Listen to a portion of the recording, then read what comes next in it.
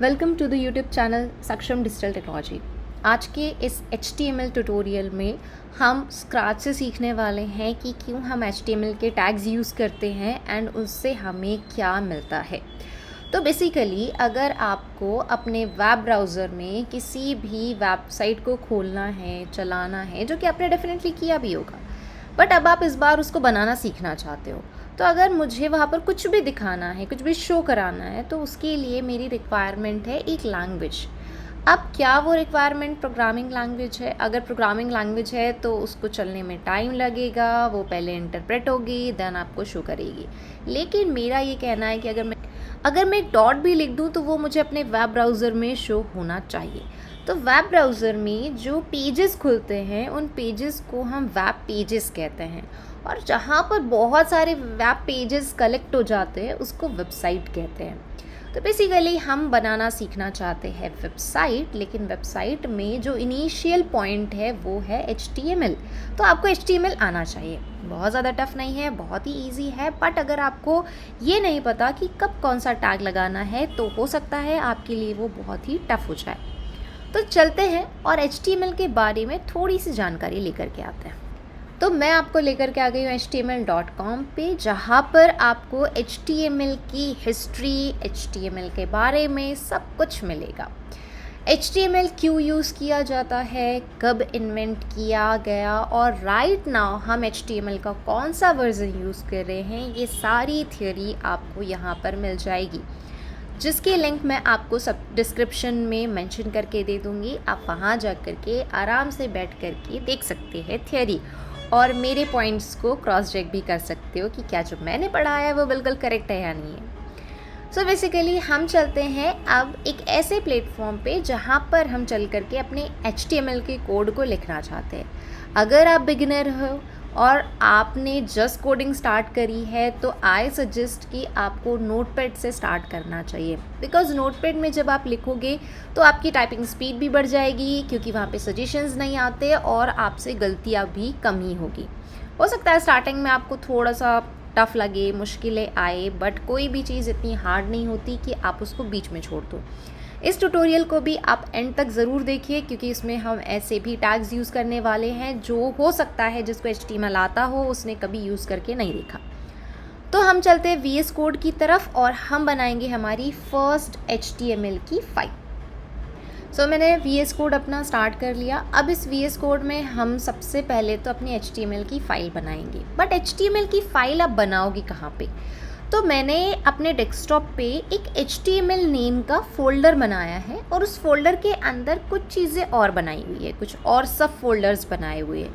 ये सब फोल्डर्स हमारी वेबसाइट के रिक्वायरमेंट्स हैं, बट अभी हमारी फ़िलहाल में रिक्वायरमेंट है HTML, तो हम सिर्फ HTML के बारे में बात करते हैं। फ़ोल्डर बनाना मैंडेटरी नहीं है, बट हो सकता है कि आप HTML की कई सारी फ़ाइलें बनाएं एंड वो बिखरी हुई फ़ाइलें बहुत ही मेसी वेब पेजेस बना देगी, आपको ढूंढने में प्रॉब्लम होगी। तो क्यों ना हम अभी जो लेसन्स पढ़ने वाले हैं उन सारी फाइलों को HTML इस फोल्डर में रखेंगे। आई होप कि आप भी ऐसे ही करो, ताकि आपको चीज़ें बहुत ही जल्दी मिल जाए। इस HTML फोल्डर में मैं अपनी फर्स्ट HTML की फ़ाइल बना रही हूँ। देखिए, सबसे इम्पॉर्टेंट होता है किसी भी फाइल को बनाने के लिए उसका नेम और उसका एक्सटेंशन। नेम उस फाइल को डिनोट करेगा कि ये किस पर्पस के लिए आपने बनाई है, एंड आप जो पर्पस है उसको कहाँ पे फुलफ़िल करोगे, उसको कहाँ पे शो कराओगे, वो कैसा बिहेव करेगा, ये उसका एक्सटेंशन डिसाइड करेगा। सो मेरी फर्स्ट फाइल है जिसको मैंने नेम दिया है इंडेक्स। आपको जो देना है वो दे दीजिए। बस ट्राई कीजिएगा कि जब भी आप कोई फ़ाइल क्रिएट करो उस फाइल के नेम में स्पेस ना हो। ये जिस तरीके से मैंने लिखा हुआ है, अगर आप इस तरीके से लिखते हो तो आपको आपका रिज़ल्ट तो मिल जाएगा, but being a developer, being a professional, कुछ चीज़ों का आपको ध्यान रखना होगा। तो उसके हिसाब से आपको स्पेस नहीं देना चाहिए। अगर आप दे दोगे तब भी बन जाएगी। तो मैंने लिखा index.html एक्सटेंशन है जो मेरी फ़ाइल को बताएगा कि आपको एक HTML की तरह बिहेव करना है। आपकी फ़ाइल जब भी ओपन होगी वेब ब्राउज़र में ओपन होगी। वहीं पर अगर मैंने .html की जगह पे .css लिखा होता तो वेब ब्राउज़र में वो ओपन नहीं होती, एज इट इज़ आपको शो हो जाती, क्योंकि HTML के ऊपर CSS लगता है। तो ये सारी चीज़ें हम नेक्स्ट ट्यूटोरियल में बात करेंगे। तो हमारी फ़र्स्ट फाइल तो बन के रेडी हो गई। नाउ जैसे ही मेरी फ़र्स्ट फाइल बनी, इस फर्स्ट फाइल के अंदर मुझे लिखना है कोड। तो कोड लिखने के लिए कई सारे प्रोग्रामर्स जस्ट शिफ्ट के साथ एक्सक्लेमेशन मार्क प्रेस करते हैं एंड एंटर कर देते हैं, एंड सी आपके सामने कोड आ गया। बट ये कोड एक बिगिनर के लिए रटने वाली बात हो गई कि उसको रटना पड़ेगा कि देखो डॉक टाइप HTML होता है तो होता है, क्यों होता है उसको नहीं पता। अब होता है तो होता है यार, हमें क्या क्यों जानना है कि क्यों होता है। बट नहीं, आप एक प्रोग्रामर हो, आप एक डेवलपर हो, तो आपको जानना है कि क्यों होता है। अगर मैं ये ना लिखूं तो क्या मुझे मेरी चीज़ें नहीं मिलेगी, मेरा वेब पेज मुझे काम करके नहीं देगा, क्या इट इज़ ट्रू। तो ये सही है या गलत, वो जानने के लिए मैं यहाँ पर इस index.html के अंदर लिख रही हूँ हाय स्टूडेंट्स। मैंने नॉर्मली एक टेक्स्ट लिखा है हाय स्टूडेंट्स, दैट्स इट। ये जो टेक्स्ट मैंने लिखा वो index.html फाइल के अंदर है। अब मैं इस फाइल को रन करती हूँ। इस फाइल को रन करने के लिए मेरे पास में दो वे है। फर्स्ट तरीका ये है कि यहाँ बॉटम में आपको दिख रहा होगा गो लाइव का एक ऑप्शन है, या तो मैं यहाँ से गो लाइव कर दूँ या फिर मैं यहाँ जा कर के राइट क्लिक करके कॉपी पाथ कर दूँ। जैसे मैं कॉपी पाथ करूँगी मुझे इस फाइल का पाथ मिल जाएगा, मैं उसको ब्राउज़र में ले जा कर के पेस्ट कर दूँगी एंड मेरी फ़ाइल चल जाएगी। बट मैं इतना लंबा चौड़ा काम नहीं करना चाहती हूँ, इसीलिए आप एक्सटेंशंस में जाकर के लाइव सर्च कीजिएगा। जैसे ही आपको लाइव सर्वर मिल जाएगा आपको उसको इंस्टॉल करना है। मेरे सिस्टम में ऑलरेडी इंस्टॉल्ड है। देखिए HTML की फ़ाइल को चलाने के लिए एज सच इज़ आपको बहुत कुछ नहीं चाहिए, सिर्फ आपको एक एडिटर चाहिए। आप चाहो तो नोटपैड में भी काम कर सकते हो, वो काफ़ी पुराना है एंड उसमें कोड लिखाना काफ़ी ट्रिकी है, इसीलिए मैंने VS कोड को चूज़ किया। आप किसी भी एडिटर को चूज़ कर सकते हो। इंस्टॉलेशन बहुत ही सिंपल है। VS कोड आपको सर्च करना है, इस लिंक को क्लिक करना है एंड VS कोड को डाउनलोड कर देना है एंड आपकी फ़ाइल बन के रेडी हो जाएगी। फ़ाइल बनाने का बहुत ही सिंपल तरीका है। पहले आप फाइल में जाइएगा, ओपन फोल्डर करके फ़ोल्डर को ओपन कर दीजिएगा ताकि हमें हमारी सारी फाइलें यहीं पे दिखती रही। अगर मैं एक और फाइल बना लेती हूँ, सपोज़ मैंने बनाया second.html and enter. Oops, I made a mistake, it's HTML। सो मैंने लिखा HTML एंड एंटर। सी मुझे यहाँ पर अपनी सारी फाइलें एंड फोल्डर सब कुछ शो हो रहा है, इसीलिए जब भी मैं कोड करती हूँ तो ओपन फोल्डर करके करती हूँ। अब हम चलते हैं और देखते हैं कि हमने ये जो हाई स्टूडेंट्स लिखा है क्या ये हमें हमारे वेब पेज पे दिख रहा है। तो मैं यहाँ पे गई एंड मैंने अपनी फ़ाइल को गो लाइव किया, मेरा वेब पेज खुल गया एंड सी आपको यहाँ पर मिल रहा है हाई स्टूडेंट्स। दैट मीन्स जो स्ट्रक्चर मैंने इससे पहले लिखा था वो मेरे लिए कंपलसरी नहीं है, लेकिन वो स्ट्रक्चर हम हर एक डेवलपर लिखते हैं, तो उसके पीछे का कोई ना कोई रीज़न तो होगा। ऑफ कोर्स अगर आपके सामने कुछ चीज़ें रखी हुई है और आपको उन चीज़ों में से सेपरेशन करना है कि अगर आपके कॉलेज की कोई चीज़ है तो उसको अलग रखो, घर की चीज़ों को अलग रखो, अब वो सब कुछ मिक्स है, आपको अपनी टाई ढूंढनी है, वो भी अपने क्लोथ्स के बीच से। सो आपके लिए वो बहुत ही ट्रिकी टास्क होगा। बट अगर आपने सारी टाई को एक जगह पे एंड अदर थिंग्स को एक जगह पे रखा हुआ है तो चीज़ें बहुत ही ईजी हो जाएगी, बहुत ही मेसी कोड नहीं होगा। तो सबसे पहले आपको तो ये बताना होगा कि आप जो HTML यूज़ कर रहे हो उसका वर्ज़न क्या है, आप जो कोड लिख रहे हो वो कौन से वर्ज़न का है। बिकॉज देखिए, जैसे अगर आपका सिस्टम है कि आप बोलो कि मैम मेरे सिस्टम में VS कोड डाउनलोड नहीं हो रहा है, इंस्टॉल नहीं हो रहा है, तो मैं आपसे पूछूंगी कि आपका कौन सा सिस्टम है, उसका ऑपरेटिंग सिस्टम क्या है। क्योंकि अगर HP का सिस्टम है बट वो Windows 7 आज भी यूज़ कर रहा हो तो ऑफकोर्स कुछ चीज़ें उसके अंदर नहीं चलेगी, हो सकता है उसके अंदर VS कोड भी ना चले। तो बिल्कुल वैसे ही जैसे विंडोज़ के वर्जन्स होते हैं वैसे ही HTML के भी वर्जन्स होते हैं। हम राइट नाउ जो HTML का वर्जन यूज़ कर रहे हैं दैट इज़ HTML5। नाउ अब वापस से मैं उस कोड को लेकर के आ जाती हूँ। तो जैसे ही मैंने इस कोड को लाया, इस कोड का मतलब है, इस कोड को हम लोग कहते हैं बॉयलर प्लेट, जो हर एक डेवलपर अपने कोड में लगाता है, क्योंकि अगर मैं और आप हम लोगों की कोडिंग एक जैसी होगी तो हमारे लिए कोड करना एक दूसरे की कोड में ईजी हो जाएगा। अब अगर मैं ये नहीं भी लिखती हूँ तो भी मुझे हेलो स्टूडेंट तो मिला, बट वो नॉर्मल हेलो स्टूडेंट था। आप मुझे बोलोगे कि मैम ठीक है, आप एक काम कीजिए, आप HTML का कोई टैग लिख करके मुझे बताइए कि क्या वो चीज़ चलेगी।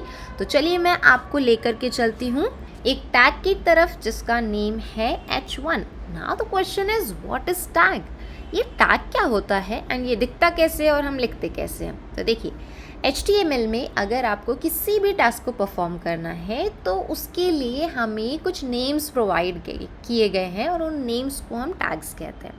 टैग्स को लिखने का तरीका होता है less than and greater than का साइन, इसके बीच में आता है टैग का नेम। सपोज़ आपको हेडिंग चाहिए, तो हेडिंग तो कई सारी टाइप की होती है, बड़ी हेडिंग, छोटी हेडिंग, आप कैसी हेडिंग चाहते हो। तो मुझे सबसे बड़ी हेडिंग चाहिए जिसके लिए मैं यूज़ करूँगी H1। नाउ मैंने H1 लिखा एंड अगेन मैंने लिखा वेलकम ऑल। एंड अब देखो, वेलकम ऑल लिख के मेरा एंड हो चुका है, तो मुझे ना अपने इस वेलकम ऑल को बोलना चाहिए कि नाउ यू आर क्लोज्ड। तो मुझे इसको रैप अप करने के लिए अपने H1 को बंद करना है, क्योंकि मैं ये बोल रही हूँ कि H1 आप स्टार्ट हुए थे यहाँ से, now you have to close, तो मैंने उसको यहाँ पे बंद कर दिया। चलिए ठीक है, अब हम इस कोड को चला के देखते हैं। हम यहाँ पे पहुँचे, मैंने रिफ्रेश किया, मेरा देखो वेलकम ऑल आ गया, बोल्ड हो गया, बिग हो गया। सो आज तक आप जो पढ़ते आए हो उसके अकॉर्डिंग क्या ये सही है, या फिर आप जो बिगिनर है उनके लिए मैं बता दूँ कि आप कैसे भी टैग्स को रख सकते हो, because HTML is not a programming language, और अगर प्रोग्रामिंग लैंग्वेज नहीं है तो डेफिनेटली हमें कोई प्रॉब्लम नहीं आनी चाहिए। सो कोड आप कैसे भी लिखो, even a dot, you can see मैंने सिर्फ डॉट लिखा, मैंने अपनी फाइल को सेव किया और कहाँ गई हमारी स्क्रीन, ये रही। हम इसको रिफ्रेश करते हैं, सी आपको ना बहुत ही छोटा सा यहाँ पे डॉट दिखाई दे रहा होगा। इससे ये तो प्रूव हो गया कि मैं HTML की फ़ाइल में कुछ भी लिखूँ मुझे वो वेब ब्राउज़र में मिल जाएगा। लेकिन क्वेश्चन तो वही है कि क्या कुछ भी लिख दें, कहीं भी लिख दें। अगर हम ऐसे कोडिंग करेंगे तो हम एक अच्छे डेवलपर तो नहीं बन पाएंगे। इसीलिए क्यों ना हम चीज़ों को फॉलो करें, जो स्ट्रक्चर मैं लिखूँ, आप भी लिखो, हम सभी लिखें, ताकि हम लोगों में भाईचारा बढ़ सके। तो अब हम चलते हैं और भाईचारा बढ़ाने के लिए मैंने भी बॉयलर प्लेट को यूज़ किया। लेकिन इस बॉयलर प्लेट में जो चीज़ें मुझे मिली है, हर एक लाइन का एक मतलब है और उसका अपना एक प्लेस है। तो सबसे पहली लाइन आखिर क्या बोल रही है? पहली लाइन बोल रही है कि देखिए, मैं एक डॉक्यूमेंट हूँ HTML टाइप का और मैं बता रहा हूँ HTML का वर्जन, ऐसा इस फर्स्ट लाइन का कहना है। तो फर्स्ट लाइन में डॉक टाइप मतलब डॉक्यूमेंट का टाइप कैसा है, HTML है, और HTML डिनोट कर रहा है HTML5 को, मतलब कि ये वर्जन की बात चल रही है जो हम वेब ब्राउज़र को बता देंगे। अब वेब ब्राउज़र को तो बता दिया, उसके बाद में हम अपने वेब पेज को इनिशिएट करेंगे कि ना हमारा HTML अब स्टार्ट होने जा रहा है। HTML को इनिशिएट करने के बाद में क्या ये लिखना ज़रूरी था? और अगर HTML टैग है तो फिर ये क्या है? लैंग एट्रीब्यूट है। इवन उस लेफ्ट एंगल ब्रैकेट के बाद से जितने जो भी वर्ड लिखा जाएगा, जस्ट बाद से जो फर्स्ट वर्ड लिखा जाएगा वो आपका टैग होगा। अगर मैं लिख दूँ HTML हाई तो HTML हाई मेरा टैग बन गया, बट अगर मैं लिख दूँ HTML स्पेस हाई तो HTML तो अभी भी टैग ही है, बट हाई एट्रीब्यूट बन गया। तो टैग को छोड़ के, मतलब HTML को छोड़ करके इसके अंदर हम जो भी लिखेंगे वो सारी चीज़ें हमारी टैग बन जाएगी। तो पहला जो वर्ड है इसको हम बोलते हैं एट्रीब्यूट, और ये होती है उस एट्रीब्यूट की वैल्यू। एट्रीब्यूट का मतलब ये होता है कि you have your own property, but आप उतनी प्रॉपर्टी से सेटिस्फाई नहीं है, आपको दूसरे की भी प्रॉपर्टी चाहिए, तो दूसरे ने आकर के अपनी प्रॉपर्टी आपको दे दी। तो HTML have their own property, own behaviour, but आपने बोला कि मुझे ये बताना है कि जो HTML मैं यूज़ कर रहा हूँ उसका कंटेंट इंग्लिश लैंग्वेज में लिखा जाएगा। आप ऐसा बताना चाहते हो, दैट्स द रीज़न हमने lang एट्रीब्यूट का यूज़ किया। HTML जैसे इनिशिएट हुआ, दैट मीन्स आप इस वेब पेज को इनिशिएट कर रहे हो फ्रॉम टॉप टू बॉटम। लेकिन इस टॉप टू बॉटम में मैंने जब डॉट लिखा तो वो सब इस यहाँ पर आने लगा, राइट। अब मेरा ये कहना है कि HTML के अंदर कुछ चीज़ें स्ट्रक्चर बनाएगी और कुछ चीज़ें उस स्ट्रक्चर को बनाने में हेल्प करेगी। मेरे HTML के अंदर कुछ रिक्वायरमेंट्स है, कुछ ज़रूरतें हैं, तो उन सारी ज़रूरतों को मैं हेड के अंदर रखूँगी। आप चाहो तो हेड की चीज़ें बॉडी में, बॉडी की चीज़ें हेड में, जहाँ जिसको जो लिखना है आप लिख सकते हो। लेट्स सी, मैं हेड के अंदर लिख देती हूँ H1 और मैंने लिखा हेलो एंड मैं यहाँ पे गई, मैंने रिफ्रेश किया, सी आपको हेलो यहाँ मिल गया। सेम लाइन को मैं यहाँ से निकाल रही हूँ एंड मैं उसको यहाँ पर रख देती हूँ, बट आपको पता नहीं चलेगा। तो मैंने यहाँ पे ऑल और लिख दिया। अब मैंने रिफ्रेश किया, देखो कुछ भी नहीं हुआ, जहाँ पर हेलो था उसी के साइड में ऑल आ गया। इसका मतलब ये होता है कि हेड में जो लिखा जाता है वो बॉडी में भी आ सकता है और बॉडी में जो लिखा जाता है वो हेड में भी जा सकता है। लेकिन हमें तो सेपरेशन करना है। अगर हम सेपरेशन करेंगे तो हमें चीज़ें बहुत जल्दी मिल जाएगी। तो मेरा सिंपल सा कहना है कि अगर आप किसी वेबसाइट को बना रहे हो तो उस वेबसाइट को दिखने में जो जो चीज़ें दिख रही है, इमेज दिख रही है, हेडिंग दिख रहा है, पैराग्राफ दिख रहा है, तो ये सारी चीज़ें आप बॉडी के अंदर रख दो। लेकिन वो कैसा दिखेगा, कहाँ पे दिखेगा, ये सारी चीज़ें हम हेड को दे देंगे। ये हेड आप कुछ ऐसा कोड लिखो जिससे कि उस हेडिंग को कलर मिल जाए या बैकग्राउंड मिल जाए, तो वो सारी चीज़ें हम हेड के अंदर रखेंगे।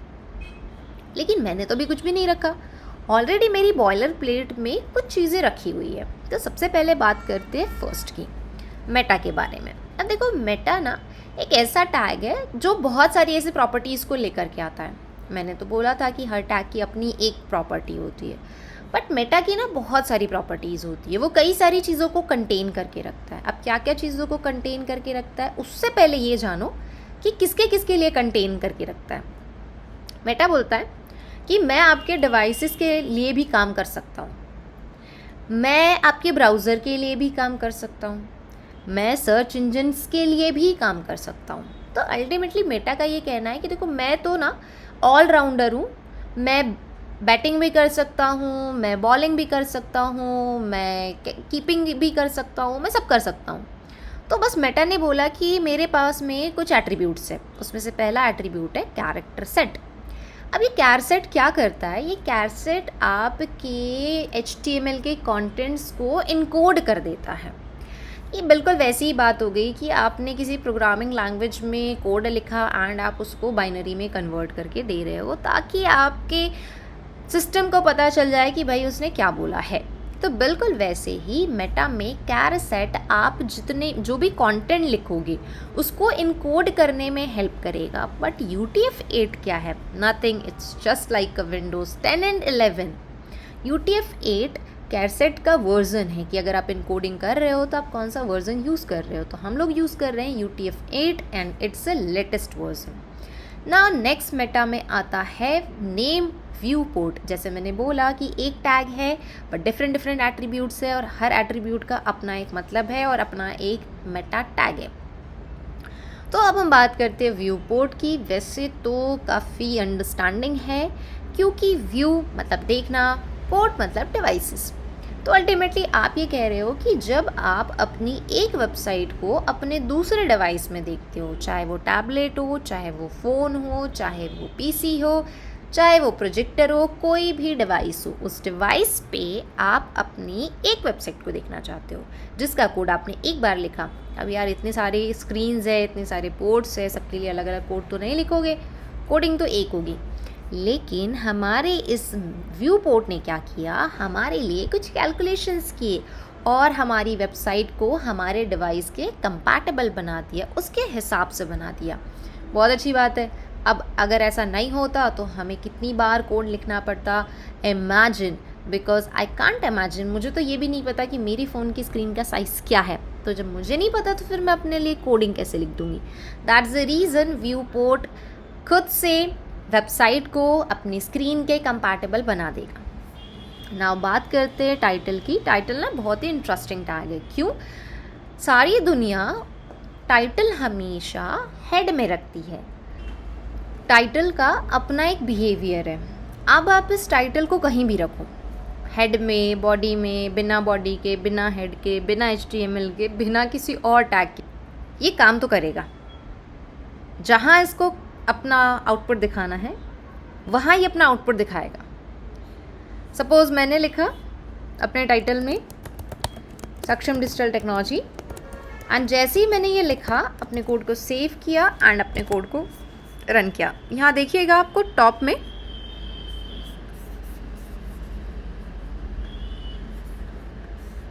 आपको यहाँ पर देखिए Saksham digital technology as a title show होने लगा। अब अगर मैं इस टाइटल को यहाँ ना लिख करके बॉडी के अंदर लिख दूँ, सपोज़ मैंने यहाँ पे थोड़ा सा डिफरेंस क्रिएट करने के लिए 2 लिख दिया। सो आपको देखिए यहाँ पर सक्षम डिजिटल टेक्नोलॉजी 2 दिखने लगा। दैट मीन्स मैं टाइटल टैग को कहीं भी रखूँ, ये अपना काम तो करेगा, क्योंकि उसको किसी और टैग से कोई मतलब नहीं है। इट्स इंडिपेंडेंट टैग, हेड में हो, बॉडी में हो, कहीं भी हो, वो अपना टास्क परफॉर्म करेगा। तो फिर क्यों सभी इस टाइटल को बॉडी की जगह पर हेड में रखते हैं? जैसे मैंने आपसे बताया, बॉडी के अंदर हम अपने वेब पेज का स्ट्रक्चर रखेंगे, लेकिन हमारी जो इम्पॉर्टेंट इन्फॉर्मेशन है अपने वेब पेज को लेकर के, वो सारी की सारी इन्फॉर्मेशन हम किसके अंदर रखेंगे? हेड के अंदर रखेंगे, क्योंकि हमने HTML को 2 पार्टों में डिवाइड किया है, एक इम्पॉर्टेंट इन्फॉर्मेशन के लिए और दूसरा हमारे वेब पेज के स्ट्रक्चर के लिए। तो मेरे ख्याल से अब आपको ये बॉयलर प्लेट समझ आ गई होगी कि क्यों हम इसका यूज़ करते हैं और किस पर्पज़ से करते हैं। मैंने आपको बहुत ही डिटेल में सारी चीज़ें समझा दी। अब हम एक एक टैग को और डिटेल में पढ़ने वाले हैं। तो हमारी स्टार्टिंग होती है पहले टैग से, और वो है H1 टैग। H1 टैग आप यूज़ करोगे जब आपको अपने वेब पेज में हेडिंग बनानी हो। H1 टैग हेडिंग में सबसे लार्जेस्ट हेडिंग लेकर के आता है। इसके अलावा और भी हेडिंग के टैग्स है, बट हम सबसे पहले बात करते हैं लार्जेस्ट हेडिंग की। तो लार्जेस्ट हेडिंग में हम लोग यूज़ करेंगे H1 का। जैसे ही मैंने H1 के अंदर कुछ लिखा, मैं इसका आउटपुट देखने के लिए वेब पेज पे चलती हूँ। सो मैं अपना सर्वर ऑन कर लेती हूँ, एंड जैसे ही मैंने अपना सर्वर ऑन किया, मेरे पास में हेडिंग आ गई। ये हमारी फर्स्ट हेडिंग है, जिसका साइज़ कुछ इतना बड़ा है। अब अगर आपको इससे छोटी हेडिंग चाहिए तो हम लोग यूज़ करेंगे H2 टैग का। H2 टैग H1 टैग से थोड़ी सी छोटी हेडिंग हमारे लिए लेकर के आएगा। As you see, heading 2 heading 1 से छोटा है। इस तरीके से जैसे H1 के बाद H2 आया, H2 के बाद में हम H3 यूज़ करेंगे, H4 यूज़ करेंगे, H5 यूज़ करेंगे एंड H6 यूज़ करेंगे। H6 सबसे छोटी हेडिंग होती है। अगर आपको बहुत ही छोटी सी हेडिंग बनानी है तो उसके लिए हम लोग यूज़ करेंगे H6 का। तो जैसे मैंने H6 में कुछ लिखा, ये देखिए आपकी हेडिंग बहुत ही छोटी हो गई। ये जो हेडिंग है ये रेयर केसेस में यूज़ होती है। 10 में से 2 वेबसाइट ऐसी होगी जो हेडिंग 6 यूज़ करती होगी, मतलब H6 यूज़ करती होगी, बट H1 टैग हर किसी को यूज़ करना चाहिए। अब थोड़ा सा हम टॉपिक से हटके, SEO शायद आपने सुना होगा, सर्च इंजन ऑप्टिमाइजेशन। उसके एल्गोरिदम्स के अकॉर्डिंग आपके वेब पेज में एटलीस्ट एक हेडिंग तो होना ही चाहिए। ये उसके एल्गोरिदम्स में ऐसा मेंशन्ड है, जिससे कि आपकी वेबसाइट को रैंकिंग मिलने में थोड़ी सी हेल्प होती है, एंड उसके कुछ अपने रूल्स है, मैं आपको वो नहीं पढ़ा रही हूँ। So basically heading 1 most important है और सबसे ज़्यादा यूज़ भी होता है। H6 रेयर केसेस में यूज़ होता है। बिल्कुल वैसे ही आप यूज़ कर सकते हो हेडिंग 3 को। देन मैंने यहाँ पे हेडिंग 4 भी मैं आपको लिख करके सभी दिखा देती हूँ, ताकि आपको एक क्लियरिटी हो जाए कि आपको कौन से टैग को यूज़ करना चाहिए। H1 को करना चाहिए, 3 को करना चाहिए, 4 को करना चाहिए, 5 को या 6 को। तो ये कुछ हमारी हेडिंग्स हैं। सबसे लार्जेस्ट H1 है, फिर उससे छोटा H2 है, फिर 3 है, और मेरे ख्याल से हमें H3 के नीचे भी नहीं जाना चाहिए, because it's not important. Because ये जो साइज़ आप देख रहे हो, इट्स क्वाइट इनफ इससे छोटी आपकी हेडिंग नहीं हो सकती, इसीलिए H3 इज़ एनफ। नाउ अब हम एक स्टेप और आगे चलते हैं और हेडिंग के बाद हम देखते हैं P टैग यानी कि पैराग्राफ टैग। अगर आपको आपके वेब पेज में पैराग्राफ बनाना हो तो पैराग्राफ बनाने के लिए हम यूज़ करेंगे P टैग का। P नॉर्मल टेक्स्ट को लेकर के आता है, बट ये हमारे लिए पैराग्राफ बना करके देता है। तो P टैग के अंदर हम कुछ टेक्स्ट लिखते हैं ताकि हम देख सकें कि ये कैसे वर्क करता है। सो मैं अभी के लिए लॉरेम ले लेती हूँ। मैंने पैराग्राफ बनाया सी, ये देखिए आपका एक पैराग्राफ बन के रेडी हो गया। अब अगर इसके अंदर मैं कुछ और टेक्स्ट लिखती हूँ, सपोज़ वापस से मैंने लॉरेम लिखा एंड सी, ये पूरा एक पैराग्राफ है। नाउ एक काफ़ी इम्पॉर्टेंट कॉन्सेप्ट है, HTML के टाइप्स होते हैं, उसके बेस पे आपको रिज़ल्ट दिखाई देता है। अब फॉर एग्ज़ाम्पल आपने हेडिंग ली, काफ़ी छोटी सी हेडिंग थी, बट अगर आप देखो तो आपको आपकी स्क्रीन का पूरा हिस्सा मिल रहा है लेफ़्ट टू राइट सिर्फ उस हेडिंग 1 के लिए। वहीं पर कुछ टैग्स ऐसे हैं जो सिर्फ उतनी ही जगह लेते हैं जितने की रिक्वायर्ड है। फॉर एग्ज़ाम्पल अगर मुझे यूज़र को एक पेज से दूसरे पेज पे रीडायरेक्ट कराना है तो उसके लिए हम लोग ए टैग का यूज़ करते हैं, एंकर टैग का यूज़ करते हैं। अगर आप एक पेज से दूसरे पेज पे जा रहे हो तो आप जिस पेज पे हो दैट इज़ अ सोर्स, और जहाँ जा रहे हो दैट इज़ अ डेस्टिनेशन। तो आपको अपने डेस्टिनेशन का पता बताना पड़ेगा और वो पता बताया जाता है href एट्रीब्यूट को। तो ये हाइपर रेफरेंस एट्रीब्यूट आपको रीडायरेक्ट करवाएगा कहाँ पर, आप जहाँ पर भी जाना चाहते हो। जैसे मेरे पास में एक और फाइल है सेकंड नेम की, तो मैं फर्स्ट से सेकंड पे जाना चाहती हूँ तो मैंने लिखा second.html। बट अगर हम इस कोड को रन करें तो आपको कुछ भी नहीं दिखाई देगा। तो आप क्या करोगे, इसके अंदर ए टैग के अंदर सपोज़ कोई टेक्स्ट लिख लोगे, मैंने लिखा सेकंड, दैट्स इट। अब मैं इसको लिख करके छोड़ देती हूँ एंड अपन वापस से पहुँचते हैं। ये देखिए आपको यहाँ पे सेकंड दिख रहा होगा। ये बाकियों से डिफरेंट है क्योंकि हर टैग की अपनी कुछ प्रॉपर्टीज़ होती है और उन प्रॉपर्टीज़ के अकॉर्डिंग ए टैग अंडरलाइन लेकर के आएगा, पॉइंटर लेकर के आएगा एंड कलर लेकर के आएगा। वो ब्लू हो सकता है फर्स्ट टाइमर के लिए, अगर आप क्लिक कर दोगे तो वो पर्पल हो जाएगा। तो बेसिकली ये एक ही प्रॉपर्टी है, बट अभी तो आपको कोई भी डिफरेंस नहीं दिखाई दिया। मैंने ए के बाद में एक और ए टैग यूज़ किया जस्ट फॉर टेस्टिंग पर्पस, और मैंने उसके अंदर सपोज़ इंडेक्स लिख दिया, index.html, एंड यहाँ पर मैंने लिखा इंडेक्स। तो अगर मुझे इंडेक्स पे जाना होगा तो मैं इंडेक्स को क्लिक करूँगी और जब मुझे सेकंड पे जाना होगा तो मैं सेकंड को क्लिक करूँगी। बट इन दोनों का रिज़ल्ट देखिए आपको कैसे मिल रहा है। सेकंड और इंडेक्स दोनों एक ही जगह पे हैं, सी। तो आप बोलोगे कि मैम दोनों तो एक ही टैग है, ए टैग। ओके, हम एक काम करते हैं, जहाँ मैंने हेडिंग 2 लिखा हुआ है उसको मैं H1 कर देती हूँ, मतलब ये भी हमारी है H1 हो गई, ये भी हमारा H1 हो गया। अब हम सेव करते हैं, हमारे पास में देखिए 2 हेडिंग्स है, दोनों का साइज सेम है, सब कुछ सेम है, बट दोनों की लाइनें चेंज है। और यहाँ पर 2 वर्ड्स है, मतलब 2 टैग्स है, बट लाइन आपकी एक ही है।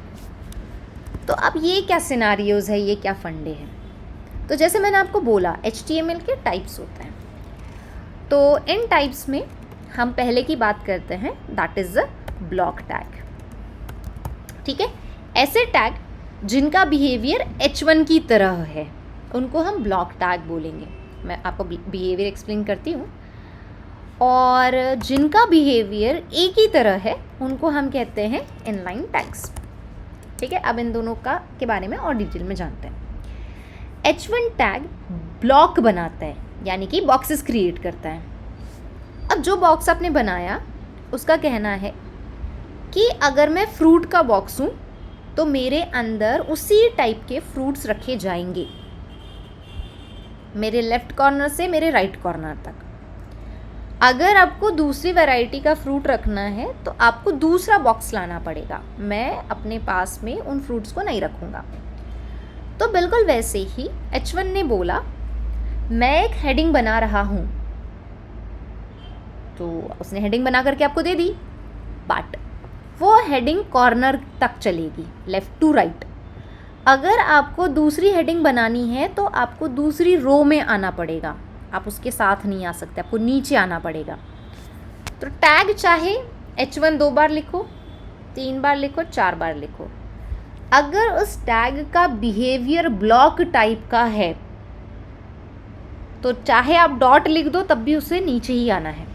तो ऐसे टैग्स जो सेपरेटली काम करते हैं हम उनको कहते हैं ब्लॉक टैग। बट अगर आप चाहते हो कि आपने एक टेक्स्ट लिखा, उसी के साइड में दूसरा टेक्स्ट आ जाए या तीसरा टेक्स्ट आ जाए, या आप एक पैराग्राफ बना रहे हो और इसके बीचों बीच आपको लिंक लगानी है, तो आप कौन सा टैग यूज़ करोगे?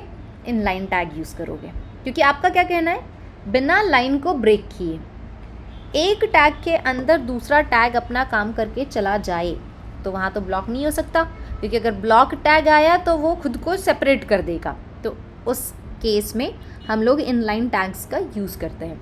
इनलाइन टैग एक ही लाइन में अपना काम करता है, जब तक के जगह होगी वो एक ही लाइन में आएगा, जैसी ही जगह ख़त्म हो जाएगी वो लाइन चेंज कर देगा, बट ये तब जब स्पेस नहीं बचेगा तब। मेरे ख्याल से आपको ब्लॉक टैग और इनलाइन टैग समझ आ गए होंगे। ब्लॉक टैग सेपरेटली काम करता है, इनलाइन टैग किसी के भी साथ यूज़ किया जा सकता है। तो इसको और अच्छे से एक्सप्लेन करने के लिए मैंने सिर्फ एक छोटी सी डेफिनेशन बनाई है। उसके अकॉर्डिंग ब्लॉक टैग्स के अंदर हम लोग इनलाइन टैग लिखेंगे, लेकिन इनलाइन टैग्स के अंदर हम ब्लॉक टैग्स नहीं लिखेंगे। P के अंदर A तो आ सकता है, लेकिन A के अंदर हम P को नहीं लेकर के आएंगे, वरना वो लाइन चेंज कर देगा। मेरे ख्याल से इतना इनफ है ये चीज़ समझने के लिए कि ब्लॉक टैग और इनलाइन टैग क्या होता है। तो हमने जैसे कि पहले देखा H के बारे में, फिर हमने देखा P के बारे में, फिर हमने देखा A के बारे में। तो इस तरीके से हमारे कुछ टैग्स कवर हो गए।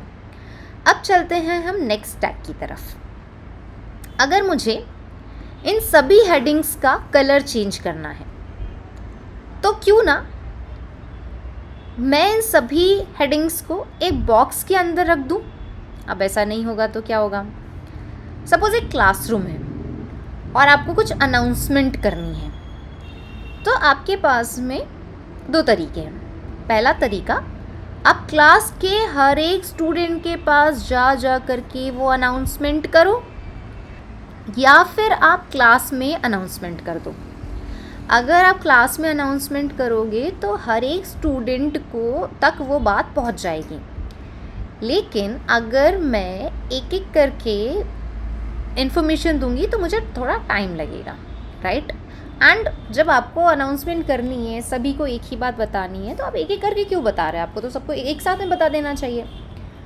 तो एक साथ में बताने के लिए उन सभी को एक जगह पे आना पड़ेगा, तभी जा कर के ये बात पॉसिबल है। बट अगर सारे स्टूडेंट अलग अलग हैं, कोई किसी क्लासरूम में है, कोई किसी क्लासरूम में है, तो उन्हें अनाउंसमेंट करना एक ही चीज़ का पॉसिबल नहीं है, फिर तो उनके पास में एक एक करके जाना पड़ेगा। तो मैं क्या करती हूँ, जब मुझे सभी का कलर एक ही चाहिए तो क्यों ना हम इन सभी को रैप कर दें। तो अब रैप करोगे तो कैसे करोगे, किसी न किसी टैग के अंदर तो करना पड़ेगा। तो मैं इन सभी टैग्स को एक टैग के अंदर रैप अप करूँगी और उस टैग का नेम है डिव टैग। ठीक है, डिव का मतलब होता है डिवीज़न। तो डिव टैग हमारे लिए क्या बनाएगा, हमारे लिए बॉक्स बनाएगा, ब्लॉक बनाएगा, ताकि इस डिव के अंदर हम दूसरे एलिमेंट्स को रख सकें। नाउ मैंने डिव के अंदर दूसरे एलिमेंट्स को रखा। अगर मैं इस डिव टैग को बोलूं योर कलर इज़ रेड, तो इस डिव के अंदर जितने भी सब एलिमेंट्स हैं, जितने भी चाइल्ड एलिमेंट्स हैं, सबका कलर रेड हो जाएगा, टेक्स्ट का कलर सबका रेड हो जाएगा if they don't have a property, because एक ही कलर प्रॉपर्टी होती है, वो अपने कलर के साथ आएगा। बट अगर मैं डिव को कलर चेंज करने के लिए कहूँ तो H1 का कलर चेंज हो जाएगा, P का कलर चेंज हो जाएगा और H की हर एक टैग्स के कलर्स चेंज हो जाएंगे। तो अल्टीमेटली एक एक करके सबकी CSS चेंज करने से अच्छा है मैं किसी एक की CSS चेंज कर दूँ, सबकी CSS चेंज हो जाएगी। तो डिफ से क्या फ़ायदा हुआ, आप एक ही टाइम पे कई सारी टैग्स पे एक प्रॉपर्टी अप्लाई कर सकते हो। सो ये हो गया डिफ टैग। डिफ ब्लॉक बनाता है, बॉक्सेस क्रिएट करता है। अब डिव टैग की तरह ही एक और टैग है जिस टैग को हम कहते हैं सेक्शन टैग। सेक्शन टैग आपकी वेबसाइट का वो हिस्सा डिनोट करता है जिसके अंदर आपने स्पेसिफिक थिंग्स को रखा है। जैसे एक जगह है जहाँ पर सर्विसेज है, सिर्फ और सिर्फ सर्विसेज, तो आप उसको बोलोगे सर्विस सेक्शन। जिस जगह पे आपने कॉन्टैक्ट रखा हुआ है उसको आप बोलोगे कॉन्टैक्ट सेक्शन।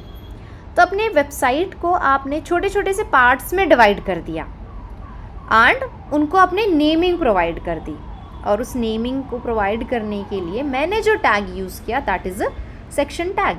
सेक्शन टैग और डिव टैग काफ़ी हद तक सेम है, दोनों के मतलब सेम है, दोनों का काम सेम है, लेकिन जब हम यूज़ करेंगे हम एज अ डेवलपर तो हमारे लिए डिफरेंस है, किसी और के लिए नहीं है, सिर्फ और सिर्फ हमारे लिए है।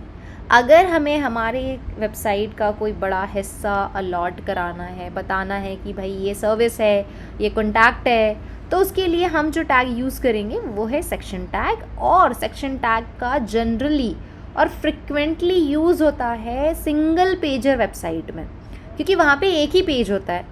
उसी पेज में आप कह रहे हो सर्विस पे जब कोई क्लिक करेगा तो सर्विस वाले एरिया में चले जाना चाहिए, वहाँ तक तो आपको डिव भी पहुँचा देगा, लेकिन वो एक हिस्सा है, तो हमने उसको क्या बोला, section.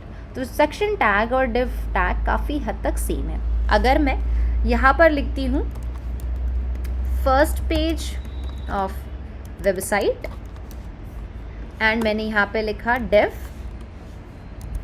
Second page of website, मैंने जैसे ही लिखा मैं इसको सेव करती हूँ एंड मैं इसको रन करती हूँ। See first page of website, second page of website, दोनों का लेआउट सेम है, कहीं से कहीं तक की कोई भी इश्यूज़ नहीं है। इसका मतलब जो चीज़ आपका सेक्शन टैग दे रहा है वही चीज़ आपका डिव टैग भी दे रहा है। बट मैंने जो अभी तक के अपने एक्सपीरियंस में देखा है, max of the developer div tag का यूज़ करते हैं। कई सारी वेबसाइट्स है जिसका सोर्स कोड आप देख सकते हो, आप बिल्कुल चेक करें कि वहाँ पे सेक्शन टैग का ज़्यादा यूज़ हो रहा है या फिर डिव टैग का यूज़ हो रहा है। आप कमेंट सेक्शन में लिख करके भी मुझे बता सकते हैं कि आपकी प्रेफरेंस किसको है, डिव टैग को या फिर सेक्शन टैग को। तो सेक्शन टैग के बाद में अब हम बात करते हैं यूएल टैग की। अगर मुझे लिस्ट बनानी है, अपने डेटा की लिस्ट बनानी है, तो उसके लिए मुझे या तो अनऑर्डर्ड लिस्ट बनानी होगी या फिर ऑर्डर्ड लिस्ट बनानी होगी।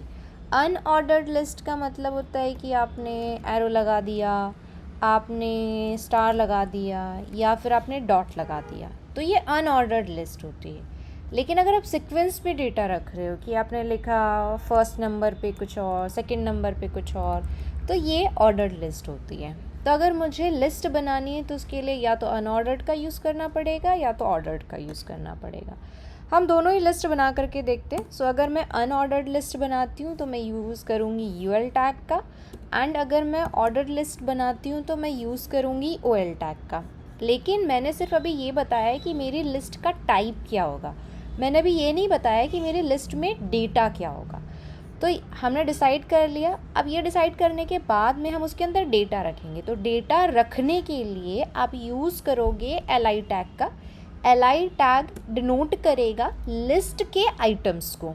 आपने एक पेपर लिया, उसको बोला कि भई आपको नंबरिंग में डेटा रखना है, तो वो यूएल है। बट आपने ये तो बता दिया, अब उसमें डेटा रखोगे। सपोज़ आपको कोई सामान परचेज़ करना है, आपको लैपटॉप और एक्सेसरीज़ परचेज़ करनी है, तो आप उसको ना एक एक करके पॉइंट्स में लिखोगे।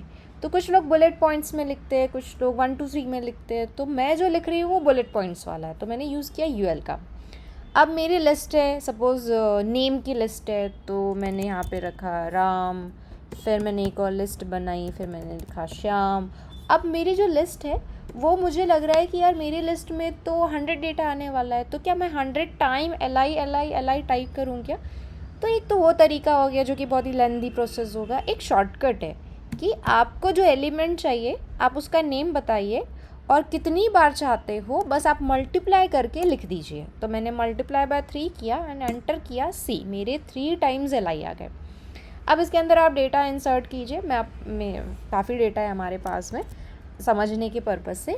अब हमने अनऑर्डर्ड लिस्ट तो बना दी, काम करते हम लोग ना ऑर्डर्ड लिस्ट भी बना लेते हैं। अब मुझे जो डेटा चाहिए वो नंबर के फॉर्मेट में चाहिए कि कौन से नंबर पे कौन सा नेम आ रहा है। तो अगेन OL में भी आप LI का यूज़ करोगे क्योंकि मुझे लिस्ट के आइटम्स चाहिए।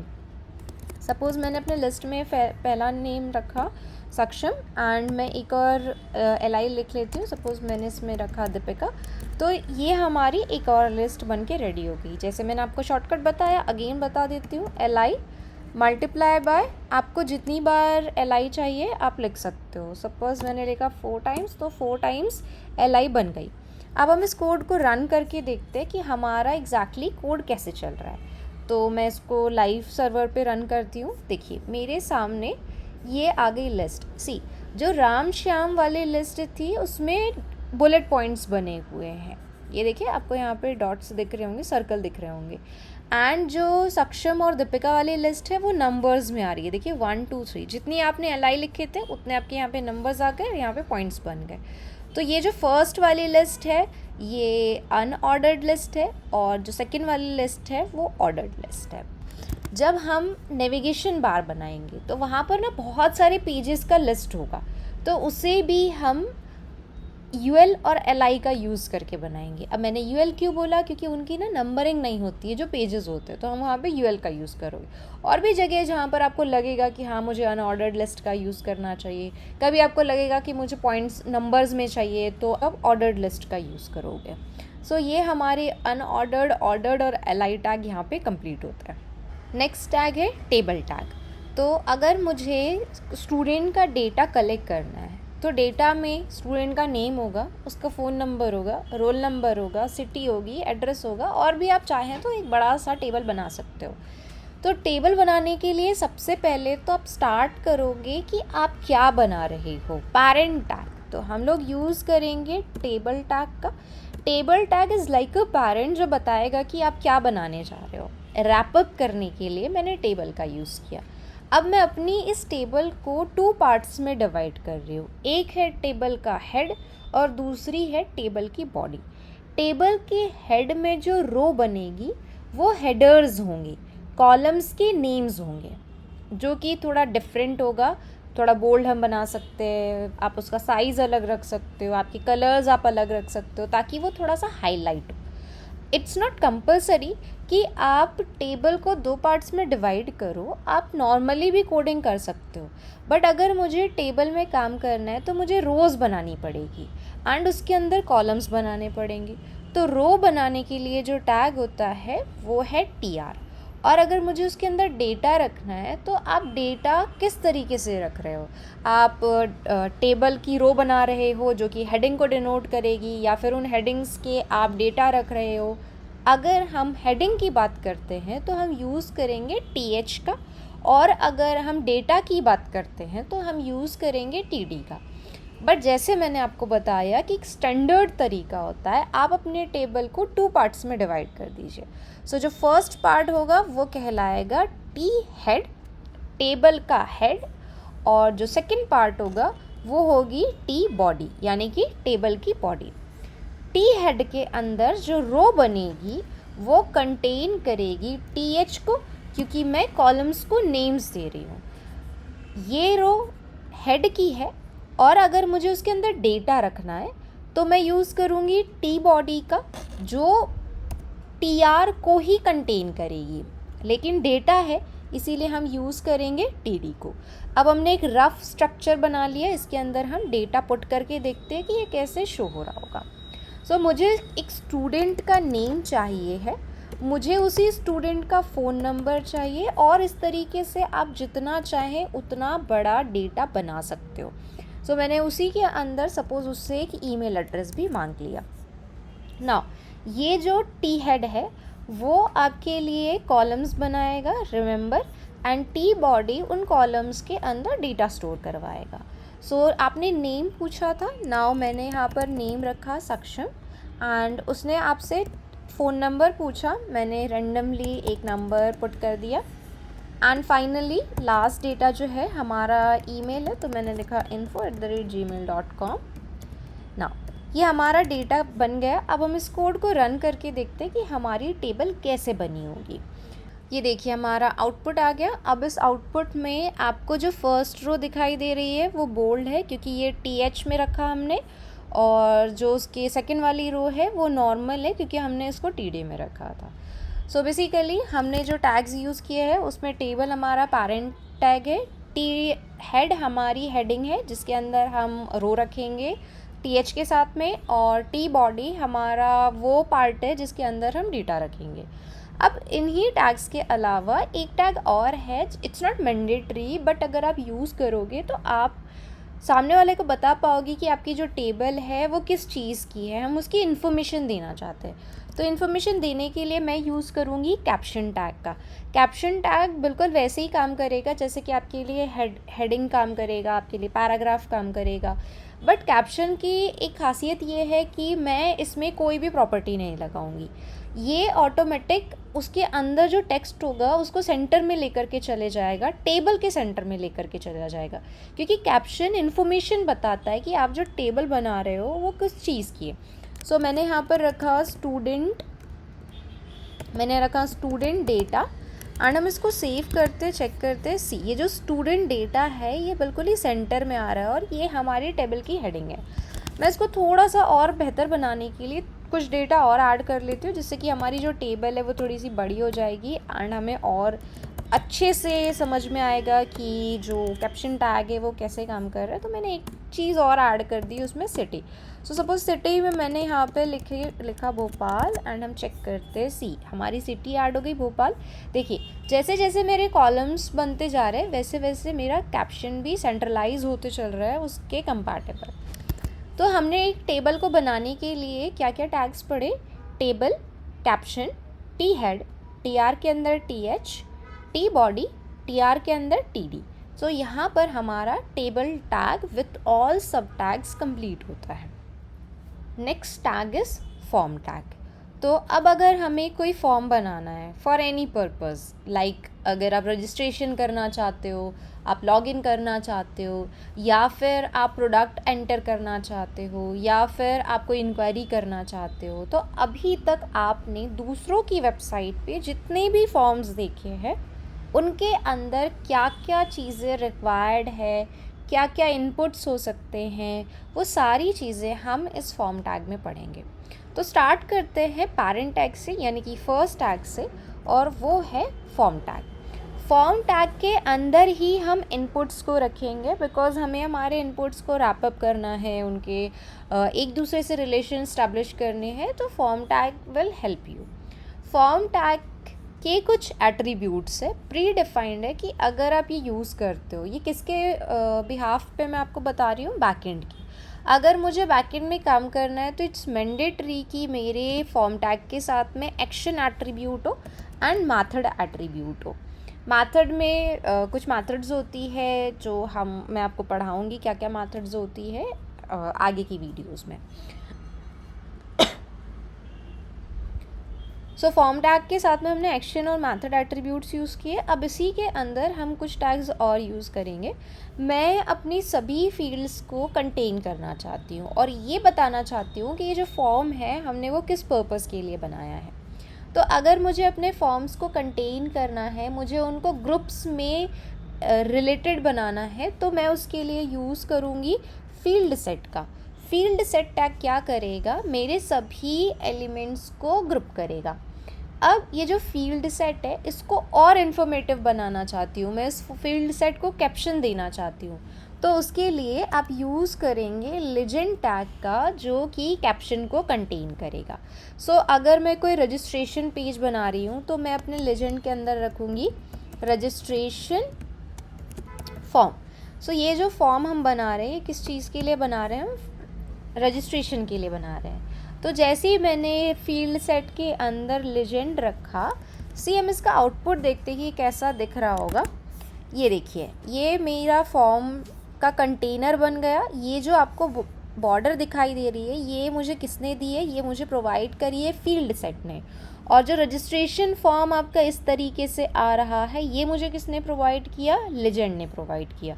क्योंकि आप फॉर्म जो रखोगे, जो डेटा आप इनपुट करवाने वाले होंगे, वो इस रजिस्ट्रेशन फॉर्म के यानी कि इस बॉर्डर के अंदर रहेगा। और ये बॉर्डर हमें किसने बना करके दी है? ये बॉर्डर हमें बना करके दी है फील्ड सेट ने। अब जो हम इनपुट्स रखेंगे वो फील्ड सेट के अंदर और लेजेंड के नीचे होंगे।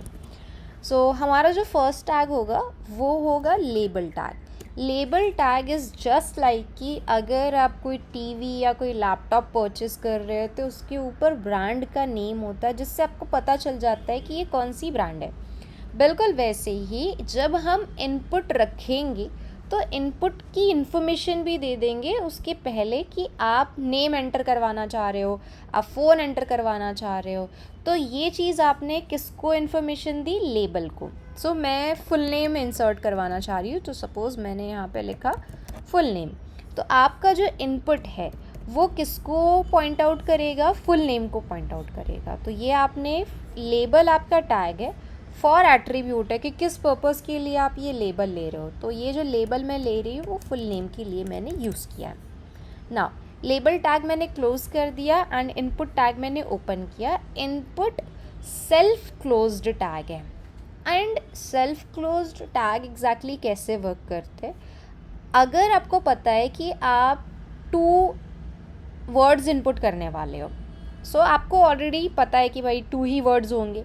जैसे मैंने यहाँ पे रजिस्ट्रेशन फॉर्म लिखा है, तो यहाँ से स्टार्ट होता है रजिस्ट्रेशन से एंड फॉर्म पे एंड हो जाता है। तो जैसे ही मैंने लेजेंड को क्लोज़ किया वो उसमें रैपअप हो गया। नाउ मैं इनपुट की बात करती हूँ, तो I don't have any idea कि जो सामने वाला पर्सन है उसका जो फुल नेम है वो कितना बड़ा होगा। तो इसकी तो मुझे रेंज ही नहीं पता। अब अगर मुझे रेंज नहीं पता है तो मैं उसको क्लोज़ नहीं कर सकती। तो खुद से वो डेटा इनपुट करे एंड जैसे उसका इनपुट करना हो जाए वो खुद ही बंद हो जाए। तो ऐसे टैग्स को हम सेल्फ क्लोज्ड टैग कहते हैं, जिसे हमें बंद नहीं करना पड़ता। सो मैंने इनपुट लिया। इनपुट के कई सारे एट्रीब्यूट्स हैं। कुछ मैंडेटरी एट्रीब्यूट्स है कि आपको लिखना ही पड़ेगा, कुछ ऑप्शनल है, इट्स योर चॉइस कि आप लिखना चाहते हो या नहीं लिखना चाहते हो। तो हम पहले तो बात करते हो मैंडेटरी एट्रीब्यूट्स की, जो कि कंपलसरी है। सो फर्स्ट एट्रीब्यूट है टाइप एट्रीब्यूट। अगर आप यूज़र को बोल रहे हो कि डेटा एंटर करो, तो हम उसे पहले रिस्ट्रिक्ट कर देना चाहते हैं कि उसको नंबर इनपुट करना है, उसको ईमेल इनपुट करना है विथ @ एंड डॉट। तो ये हमने उसको हमने यूज़र को बोला है कि आपको इसी टाइप का डेटा इनपुट करना है। सो मैंने बोला कि नॉट येट डिसाइडेड कि डेटा कैसा होगा। तो जब आप डिसाइड ही नहीं कर पा रहे हो तो बाय डिफ़ॉल्ट आप क्या ले लो? आप टेक्स्ट ले लो। टेक्स्ट के अंदर नंबर, अल्फ़ाबेट्स, स्पेशल कैरेक्टर्स सब कुछ आ सकता है, इसीलिए हमने टेक्स्ट लिया। अब बात करते हैं डेटाबेस की। इनपुट्स में आपको जब भी डेटा लेना हो, चाहे आप नंबर लो, चाहे आप नेम लो, चाहे आप सिटी लो, आपको इनपुट टैग का ही यूज़ करना होगा। तो बेसिकली इनपुट टैग तो कई सारे हैं। कैसे पता कि आप नेम किस में भेज रहे हो, आप ईमेल किस में भेज रहे हो? लेकिन जो आप डेटा यहाँ से भेजोगे डेटाबेस में, उसके कंपैटिबल कॉलम में, फील्ड में ही जाकर के हमारा डेटा स्टोर होता है। तो हम अपनी इस इनपुट फील्ड को डिनोट कर रहे हैं कि ये जो इनपुट है वो किस पर्पस के लिए आप यूज़ कर रहे हो। किसके कॉन्सेप्ट में? बैकएंड के कॉन्सेप्ट में। तो मैंने बोला कि मैं यहाँ पे फुल नेम ले रही हूँ, इसीलिए मैंने लिखा यहाँ पे फुल नेम। नाउ अब ये जो इनपुट है वो सिर्फ और सिर्फ क्या लेकर के जाएगा? फुल नेम का डेटा लेकर के जाएगा। अब आपने फर्स्ट टाइप देखा, ऐसे बहुत सारे टाइप्स हैं। लेट्स सी कि हम कितने टाइप्स इसमें कवर कर सकते हैं, ताकि हमारा मैं ट्राई करूँगी सभी टैग्स, सभी एट्रीब्यूट्स टाइप के इसमें आ जाए। नाउ अब फर्स्ट इनपुट तो हमारा हो गया, साथ साथ में हम इसका रिजल्ट भी देख लेते हैं। सी यहाँ पर फुल नेम आ गया, उसकी कंपैटिबल उसकी इनपुट्स आ गई। अब जब मैं यहाँ पर अपना डेटा इंसर्ट करूँगी, सपोज़ मैंने लिखा दीपिका एंड डोरे, तो ये मेरा फुल नेम हो गया। तो ये जो इनपुट है वो क्या डिनोट कर रही है कि आप जो डेटा लोगे वो किस चीज़ का होगा? फुल नेम का होगा। तो हमने यूज़र को ये चीज़ बता दी। अब इसके अलावा जो हम नेक्स्ट टाइप की बात कर रहे हैं, so we can do one thing, इस लेबल और इनपुट को एक डिव में रैप अप कर देते हैं। इससे क्या होगा कि जो हमारे दूसरे इनपुट्स होंगे वो फर्स्ट वाले इनपुट से सेपरेट हो जाएंगे। नाउ आई होप ये आपको थोड़ा क्लियरली दिख रहा होगा, मैं थोड़े से एंटर्स कर देती हूँ। सो ये हमारा डिव हो गया, जिस डिव ने लेबल और इनपुट दोनों को कंटेन करके रखा हुआ है। इसी तरीके से हम एक और डिव बनाएंगे, उसका लेबल बनाएंगे और उसका इनपुट बनाएंगे। तो मैंने अगेन एक डिव टैग लिया, उसके अंदर हम बनाना चाहते हैं लेबल टैग और इनपुट टैग। तो ये एक शॉर्टकट है, डिव इज़ ग्रेटर देन, मतलब के अंदर लेबल है प्लस इनपुट है। ओके, तो ये जो हमने यहाँ पर एब्रीविएशन लिया हुआ है, ये कहता है कि डिव इज़ अ पेरेंट और उसके 2 चाइल्ड्स है, label and input. Now enter, see div के अंदर लेबल भी आ गया और उसी के अंदर इनपुट भी आ गया। सो ये थोड़ा सा हमारे लिए मैनेजेबल है कि हाँ, ये इस तरीके से हम एक स्ट्रक्चर बना रहे हैं। अब मैं जो लेबल ले रही हूँ वो फ़ोन के लिए, सो मैंने यहाँ लिखा फ़ोन एंड मैं यहाँ पर लिख देती हूँ फ़ोन। अब बात करते हैं इनपुट के टाइप की। फ़ोन में अगर टाइप में आप नंबर रख रहे हो, सो डिपेंड्स कि आप नंबर कैसे रख रहे हो। अगर हम कंट्री कोड के साथ में नंबर इनपुट करवा रहे हो तो उसमें प्लस आएगा, और अगर प्लस आएगा तो वो टेक्स्ट बन जाएगा। बट अगर मैं सिर्फ 0 के साथ में नंबर लिख रही हूँ तो इट्स प्योरली नंबर, तो हम यहाँ पे यूज़ करेंगे नंबर। फ़ोन के अलावा अगर आप अपनी एज एंटर करवाते हो तो एज भी आपका एक नंबर है, तो वहाँ पे तो टेक्स्ट का सवाल ही नहीं उठता, वहाँ पे कम्प्लीटली हम लोग नंबर लिखेंगे। एंड अगेन मैं इसके अंदर भी नेम लिख देती हूँ कि मैं जो डेटा ले रही हूँ वो किसके लिए ले रही हूँ, फ़ोन के लिए ले रही हूँ। नाउ अब हमने सेकंड एट्रीब्यूट भी यूज़ कर लिया। अब हम नेक्स्ट टाइप की तरफ चलते हैं। सो हमने अगेन डिव लिया, लेबल। हम ये लेबल किसके लिए बना रहे हैं, सपोज़ मैं चाहती हूँ यूज़र से ईमेल इनपुट करवाना, तो मैंने यहाँ पे ईमेल लिखा एंड हम उसको बोल देंगे कि हमें मेल चाहिए।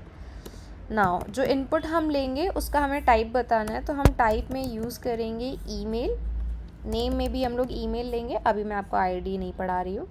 सो लेट्स सी, अभी इतना डेटा हम लोग देखते हैं। अब इसके अलावा एक टैग और है जो मैंडेटरी है, जिसके बिना हम ये डेटा सबमिट नहीं कर सकते। तो मैंने डिव लिया एंड इसके अंदर मैं लेबल ले लेती हूँ। वैसे लेबल लेने की मुझे ज़रूरत नहीं है, मैं यूज़ कर रही हूँ इनपुट एंड इस इनपुट में डालूँगी सबमिट, क्योंकि मैं डेटा सबमिट करवाना चाहती हूँ और मैंने यहाँ पर भी सबमिट लिखा। सो साथ साथ में हमें एक बटन भी मिल जाएगी जो सबमिट को डिनोट करेगी। ये रहा हमारा वेब पेज। सी फुल नेम, हम इसके अंदर कुछ भी डाल सकते हैं, मैंने सक्षम लिखा एंड फ़ोन नंबर। मैं अल्फ़ाबेट्स टाइप कर रही हूँ बट आप लोगों को दिख नहीं रहा है क्योंकि आपने क्लियरली मेंशन किया था टाइप इज़ अ नंबर।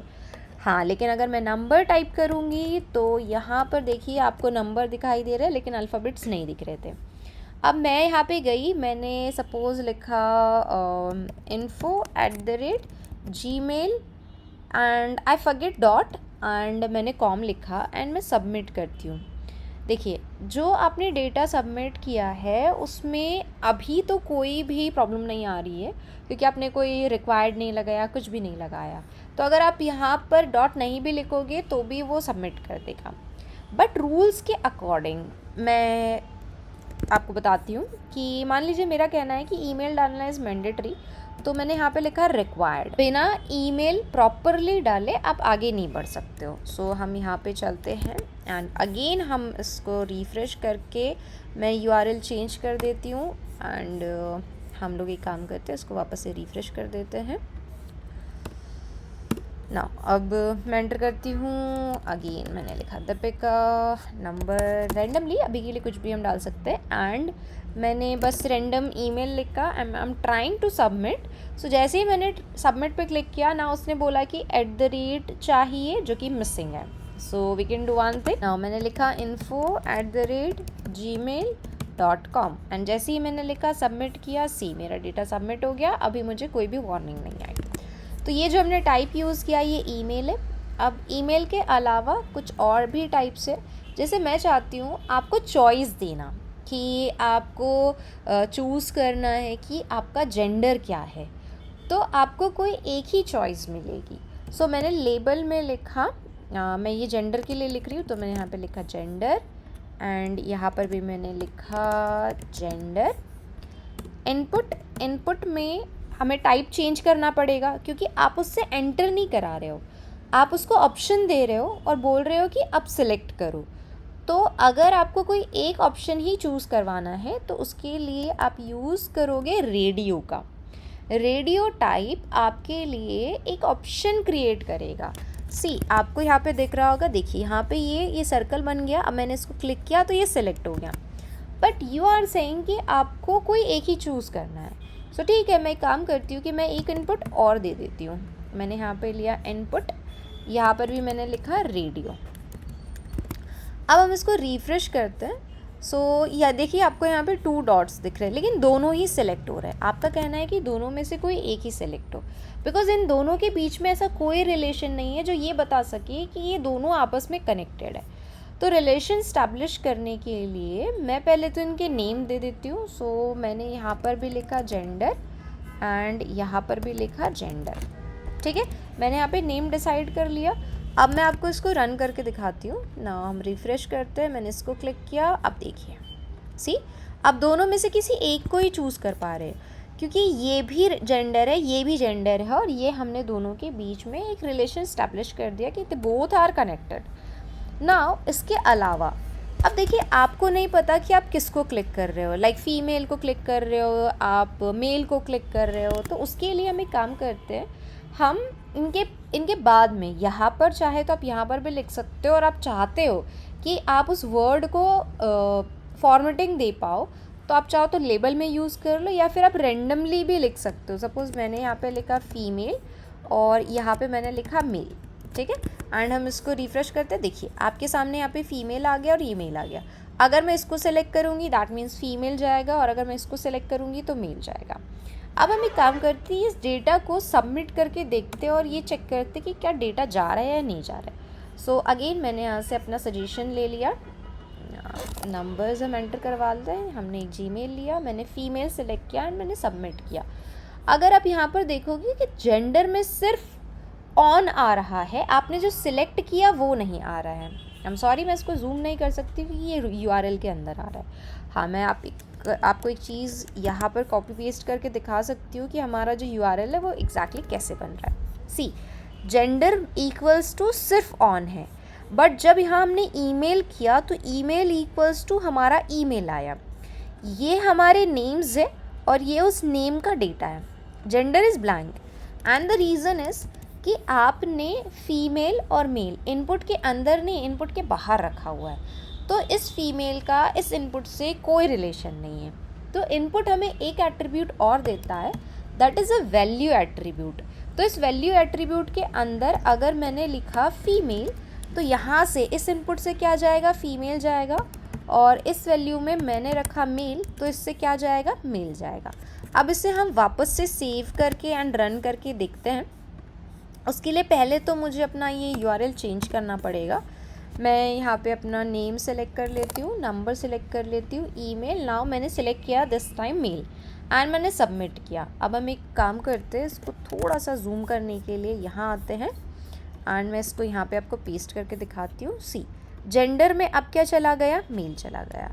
तो एग्जैक्टली हमने क्या किया, इनपुट में आपको डेटा या तो एंटर करना होगा या तो चूज़ करना होगा। सो अगर मैं वैल्यू यूज़ करती हूँ, इसका मतलब कि पहले से आपने डिसाइड कर लिया है कि इस इनपुट से क्या जाएगा, तो प्री डिसाइड वैल्यू हमारी वैल्यू कहलाती है ना। वैल्यू टैग में हमने फीमेल रखा एक बार और एक बार रखा मेल, तो फीमेल से फीमेल जाएगा और मेल से मेल जाएगा। सो हमने जो टाइप किया दैट इज़ अ रेडियो। अब आप ये चाहते हो कि अभी आप एक ऑप्शन चूज़ कर पा रहे थे, लेकिन आपका कहना है कि आपको एक से ज़्यादा चॉइसेस चाहिए, आपको और ऑप्शंस चाहिए कि आप 2 ऑप्शंस चूज़ करो। सपोज़ अगर मैं आपसे एजुकेशन पूछूं और मैं आपको उसमें ऑप्शंस दूं, लाइक 10th है, 12th है, ग्रेजुएट हो, पोस्ट ग्रेजुएट हो, तो आप उसको टिक करोगे। सपोज़ आप 12th आप कर रहे हो, आप अभी जस्ट अपने 12th पास करी हुई है, तो आप उसमें 12th भी सिलेक्ट करोगे, 10th भी सिलेक्ट करोगे। लेकिन अगर कोई ऐसा पर्सन जिसने 10th 12th graduation post graduation सब कुछ किया हुआ है, तो उसे 4 ऑप्शंस चूज़ करने, जो कि रेडियो बटन से पॉसिबल नहीं है। तो उसके लिए भी आपके पास में ऑप्शन है। तो इस डिफ के अंदर मैं एक लेबल ले लेती हूँ, प्लस मैं एक इनपुट लेती हूँ, एंड वी विल डिसाइड कि हमें कितने इनपुट्स की ज़रूरत है। सो मुझे चाहिए होगा, सपोज़ मैं 4 ऑप्शन दे रही हूँ, तो मुझे 4 इनपुट्स चाहिए होंगे। तो मैंने यहाँ पे लिखा 4। सी, हमारे लेबल्स आ गए, हमारा इनपुट आ गया, वो भी कितनी टाइम्स इनपुट्स आए हमारे, 4 टाइम्स इनपुट्स आए हुए हैं। सो लेबल में मैंने लिखा कि ये फॉर एट्रीब्यूट सिर्फ ये बता रहा है कि हम ये जो लेबल ले रहे हो किस पर्पस के लिए ले रहे हैं। सो मैं चाहती हूँ कि आप अपना एजुकेशन चूज़ करो, तो मैंने यहाँ पे लिखा education, and here you go, आप यहाँ पर जा कर के लिख दीजिए एजुकेशन। नाउ इट्स टाइम कि टाइप में क्या लिखोगे। तो अगर आपको ऑप्शंस चाहिए, मोर देन 1 चूज़ करना है, तो उसके लिए आप यूज़ करोगे चेक बॉक्स का। एंड मैंने यहाँ पर चेक बॉक्स में लिखा 10th। अगेन ये 10th आपके इनपुट की बाहर है, तो आप यहाँ पे पहले तो नेम लोगे, नेम में आप लिखोगे एजुकेशन एंड उसकी वैल्यू। तो सपोज़ आपको यहाँ पे मेंशन करना पड़ेगा 10th, तो वैल्यू में आपका यहाँ से क्या चला जाएगा, 10th चला जाएगा। एज वेल मैं यहाँ पर भी यूज़ करूँगी अगेन चेक बॉक्स का, एंड अगेन मैंने name equals to education and उसकी वैल्यू। नाउ दिस टाइम मैं 12th रखना चाह रही हूँ, इसीलिए मैंने लिखा 12th, बट ये शो नहीं करेगा, इसीलिए हमें 12th आउटसाइड में लिखना होगा। मैंने यहाँ पे लिखा, जैसे मैंने आपको बताया, आप इस वैल्यू को लेबल में भी ले सकते हो, या फिर एक और टैग है जिसके लिखने से कोई फ़र्क नहीं पड़ेगा। तो हम एक काम करते हैं, इस टैग के लिए वही यूज़ करेंगे जिसका नेम है स्पेन।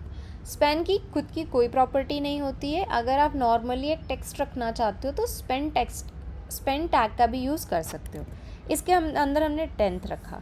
आप इसके बिना भी काम कर सकते हो, आप इसके साथ भी काम कर सकते हो, आपको ऐसा चीज़ कोई भी डिफरेंस नहीं दिखेगा। सी, ये आपका 10th आ गया एंड 12th आ गया। ये ऐसे इसलिए आ रहा है because you have not yet decided कि इनपुट का टाइप क्या होगा।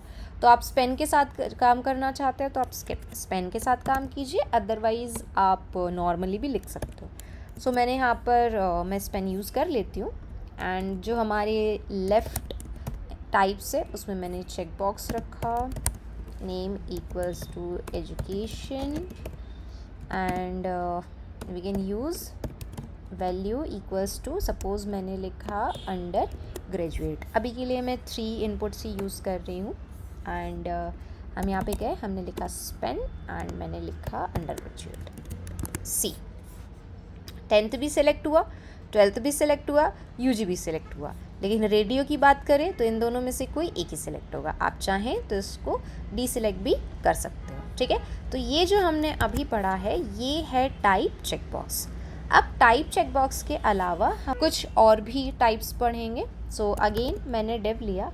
नाउ अब मैं सजेशंस देना चाहती हूँ, मतलब इनपुट में मैं पहले से ही कुछ सजेशंस लेके रखना चाहती हूँ कि अगर मुझे सपोज़ आपसे पूछना है कि आप कौन सा ब्राउज़र यूज़ कर रहे हो, या फिर मुझे ऑलरेडी उसको कुछ ऑप्शंस देना है, तो उसके लिए मैं यूज़ करूँगी डेटा लिस्ट का। डेटा लिस्ट मुझे प्री डिफाइंड ऑप्शंस देगा इनपुट के लिए।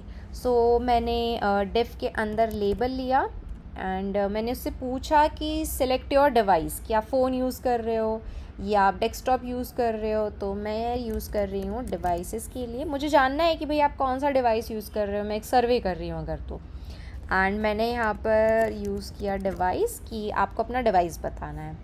नाउ अब हम लेंगे इनपुट, क्योंकि मुझे उससे इनपुट भी कराना है और उसको सजेशन भी देना है। क्योंकि अगर कोई ऐसी चीज़ है जो वो इनपुट करना चाहता है लेकिन मेरे पास में वो चीज़ नहीं है, मेरे पास वो लिस्ट नहीं है, तो मैंने बोला कि ठीक है, कुछ सजेशन मैं दे देती हूँ और कुछ चीज़ें आप एंटर कर लो।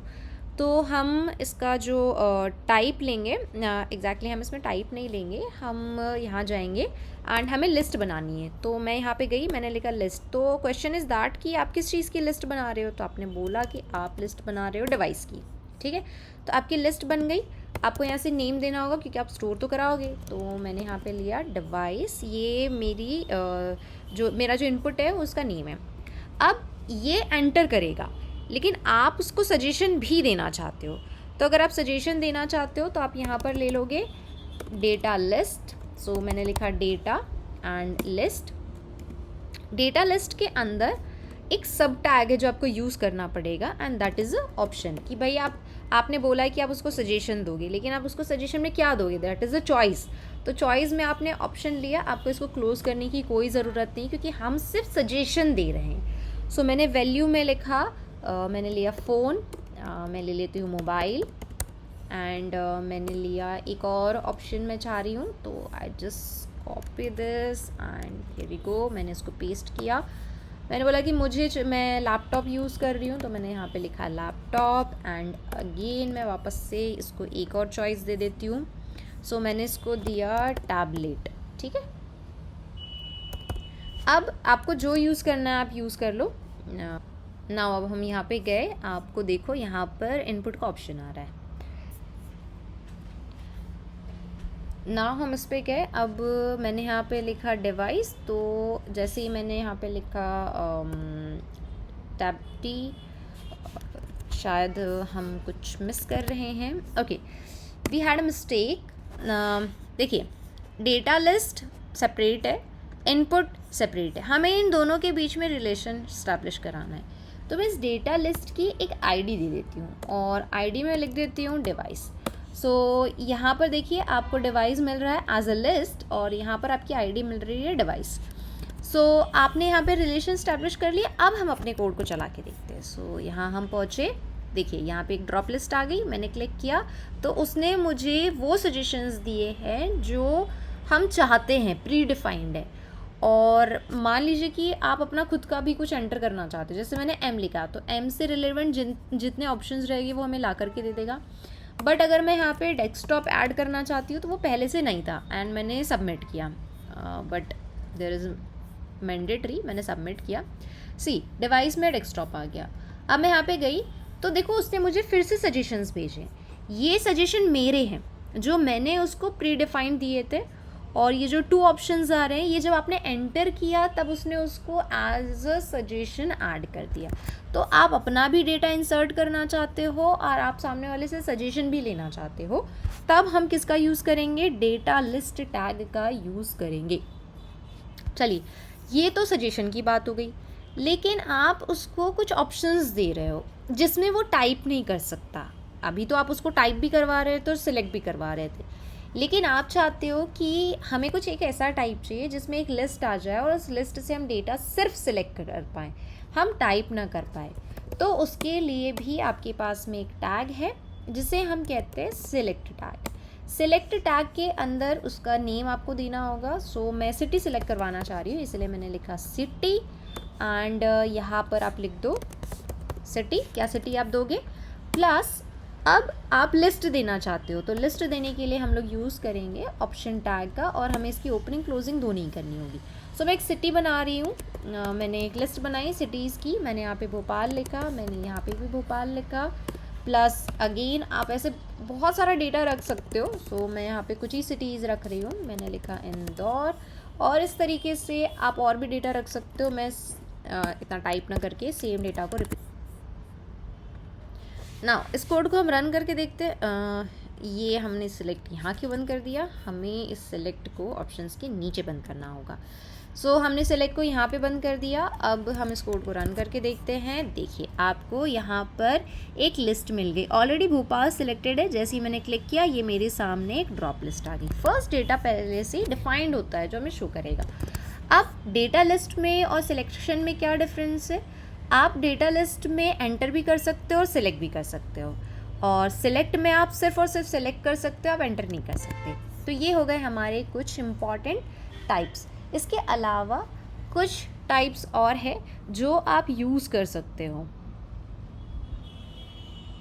अगर आपको यूज़र से इमेज इनपुट करवानी है, तो इमेज इनपुट करवाने के लिए अगेन मैंने डिव टैग लिया, उसके अंदर मैं लेबल ले लेती हूँ, और लेबल के साथ साथ में एक इनपुट और ले लेती हूँ। सो लेबल में मैंने बोला choose image, anything whatever you want, and मैंने लिखा for equals to image and input में हम जहाँ पे टेक्स्ट लिख रहे थे वहाँ पे आ जाएगा टाइप प्लस हमें टाइप के टाइप नहीं, इट्स फाइल, एंड हम यहाँ पे नेम दे देंगे। आप क्या भिजवाना चाह रहे हो, तो मैंने इसको दिया प्रोफाइल पिक, एनीथिंग आप लिख सकते हो। बट अगर आप इनपुट में टाइप फाइल ले रहे हो तो आपको अपने फॉर्म टैग में भी एक चेंज करना पड़ेगा। जब भी हमें इमेज इंसर्ट करवानी होती है तो हमारे फॉर्म टैग में एक एट्रीब्यूट है जो मैंडेटरी है, that is enctype multipart form data. क्योंकि आप टेक्स्ट नहीं भेज रहे हो, आप नंबर्स नहीं भेज रहे हो, आप एक फ़ाइल भेज रहे हो, तो आपको उस फाइल को इनक्रिप्ट करना होगा, जिसके लिए हम लोग यूज़ करेंगे इंक टाइप का मल्टी पार्ट फॉर्म डेटा। वो किसी भी टाइप का डेटा हो सकता है। It's a mandatory. कब? जब आप अपने फॉर्म के अंदर टाइप में फ़ाइल ले रहे हो। तो अब हम इस कोड को रन करके देखते हैं कि क्या हमें फ़ाइल का ऑप्शन आ रहा है क्या। तो मैंने गो लाइव पे क्लिक किया, सी सेलेक्ट के जस्ट नीचे इमेज आ गया, और अगर मैं इस चूज़ फाइल को क्लिक करती हूँ तो वो मुझसे बोल रहा है कि पिक्चर आप सिलेक्ट करो। मैंने पिक्चर सेलेक्ट करी, सी उसका नेम आ गया, और जब हमें सबमिट पे क्लिक करेंगे एंड जब डेटाबेस कनेक्टिविटी हो जाएगी तो ये डेटाबेस में जा कर के स्टोर हो जाएगा। सो हमारा फाइल टाइप भी हो गया। अब हम एक टाइप और पढ़ रहे हैं। सो मैंने लिया डेफ, अगेन लेबल, मैं ये ले रही हूँ पासवर्ड के लिए, क्योंकि मुझे अपना पासवर्ड चाहिए। अब देखिए पासवर्ड तो आप कुछ भी रख सकते हो, बट उससे कोई फ़र्क नहीं पड़ता है। आप ये चाह रहे हो कि पासवर्ड जो भी हो वो हिडन होना चाहिए, तो टाइप में आप यूज़ करोगे पासवर्ड। मैंने पासवर्ड लिया, नेम में भी हमारा पासवर्ड आ गया, एंड अगेन जैसे मैंने बोला आईडी अभी हम नहीं पढ़ेंगे, एंड मैंने इसको सेव किया। अब हम इस कोड को रन करके देखते हैं। सी पासवर्ड का इनपुट आ गया। अब हम इसमें कुछ इनपुट करके देखते हैं। सो मैंने टाइप किया एडमिन, बट आपको यहाँ पे शो नहीं हो रहा है। सी आपका जो डेटा है वो क्या हो गया, हाइड हो गया। सो जैसे ही आप टाइप में पासवर्ड लोगे आपका पासवर्ड हाइड हो जाएगा, और उसी पासवर्ड को हाइड करने के लिए हम लोगों ने पासवर्ड टाइप का यूज़ किया है। अगर आप यूज़र की डेट ऑफ बर्थ इनपुट करवाना चाहते हो तो डेट ऑफ बर्थ इनपुट करवाने के लिए आपको चाहिए है कैलेंडर। तो अगर आपको कैलेंडर ओपन करवाना है तो उसके लिए भी हमारे पास में टाइप है। सो मैंने यहाँ पे अगेन इनपुट लिया। किसके लिए ले रहे हैं हम, डेट ऑफ बर्थ के लिए। सो हम यहाँ पे लिख देते हैं DOB, एंड यहाँ पर भी मैंने लिखा DOB। इनपुट में हम जो टाइप यूज़ करेंगे, ये पता नहीं क्यों बंद हो गया, हम टाइप में ले लेंगे डेट। मैंने यहाँ पे डेट लिया, एंड नेम में हमने लिखा DOB, date of birth. Now save and see. देखिए DOB की जस्ट बाद में आपको यहाँ पर कैलेंडर का ऑप्शन आ गया। देखो जैसे मैंने इसको क्लिक किया तो यहाँ पर मेरा कैलेंडर ओपन हो गया। अगर आप चाहो तो जनरली यहाँ पे डेट भी डाल सकते हो। सपोज़ मैंने यहाँ पर एंटर किया 17/06/2024। देखिए ये आज की हमारी डेट आ गई। तो बेसिकली आपने इसमें क्या यूज़ किया, आपने यूज़ किया है डेट का। अब डेट के साथ में अगर आप टाइम भी चाहते हो तो मैं यहीं पर लिख देती हूँ date of birth and time, ताकि हमें एक और लेबल ना लेना पड़े। एंड सी मैंने इनपुट लिया।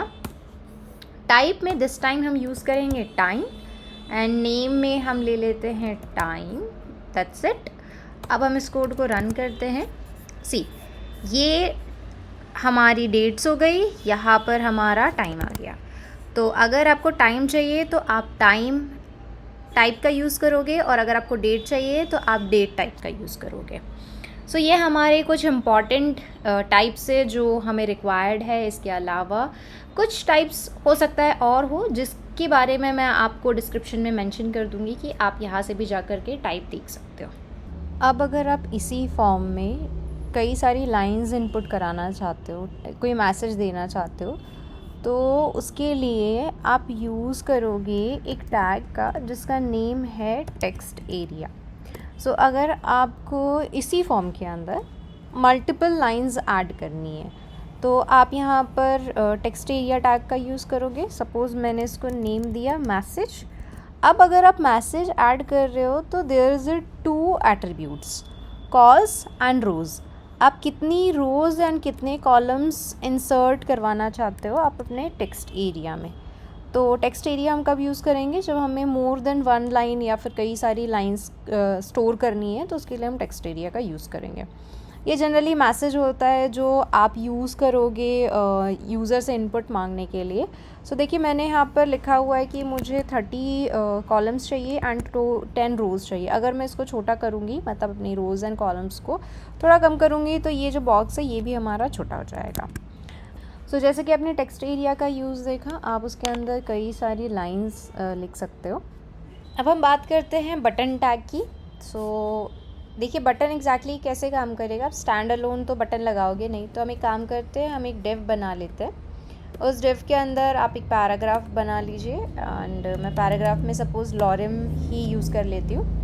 अब मैं चाहती हूँ कि मेरा जो पैराग्राफ है मुझे इसको डिटेल में पढ़ना है, तो उसके लिए हम क्या करेंगे, उसके लिए हम यूज़ करेंगे बटन टैग का एंड यहाँ पर एक एंकर टैग यूज़ कर लेंगे एंड यहाँ पर मैंने लिखा सपोज़ रीड मोर।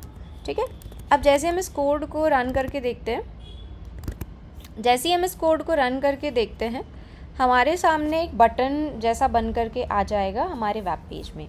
तो देखिए आपको यहाँ पर ये पैराग्राफ बन गया and see this is your button.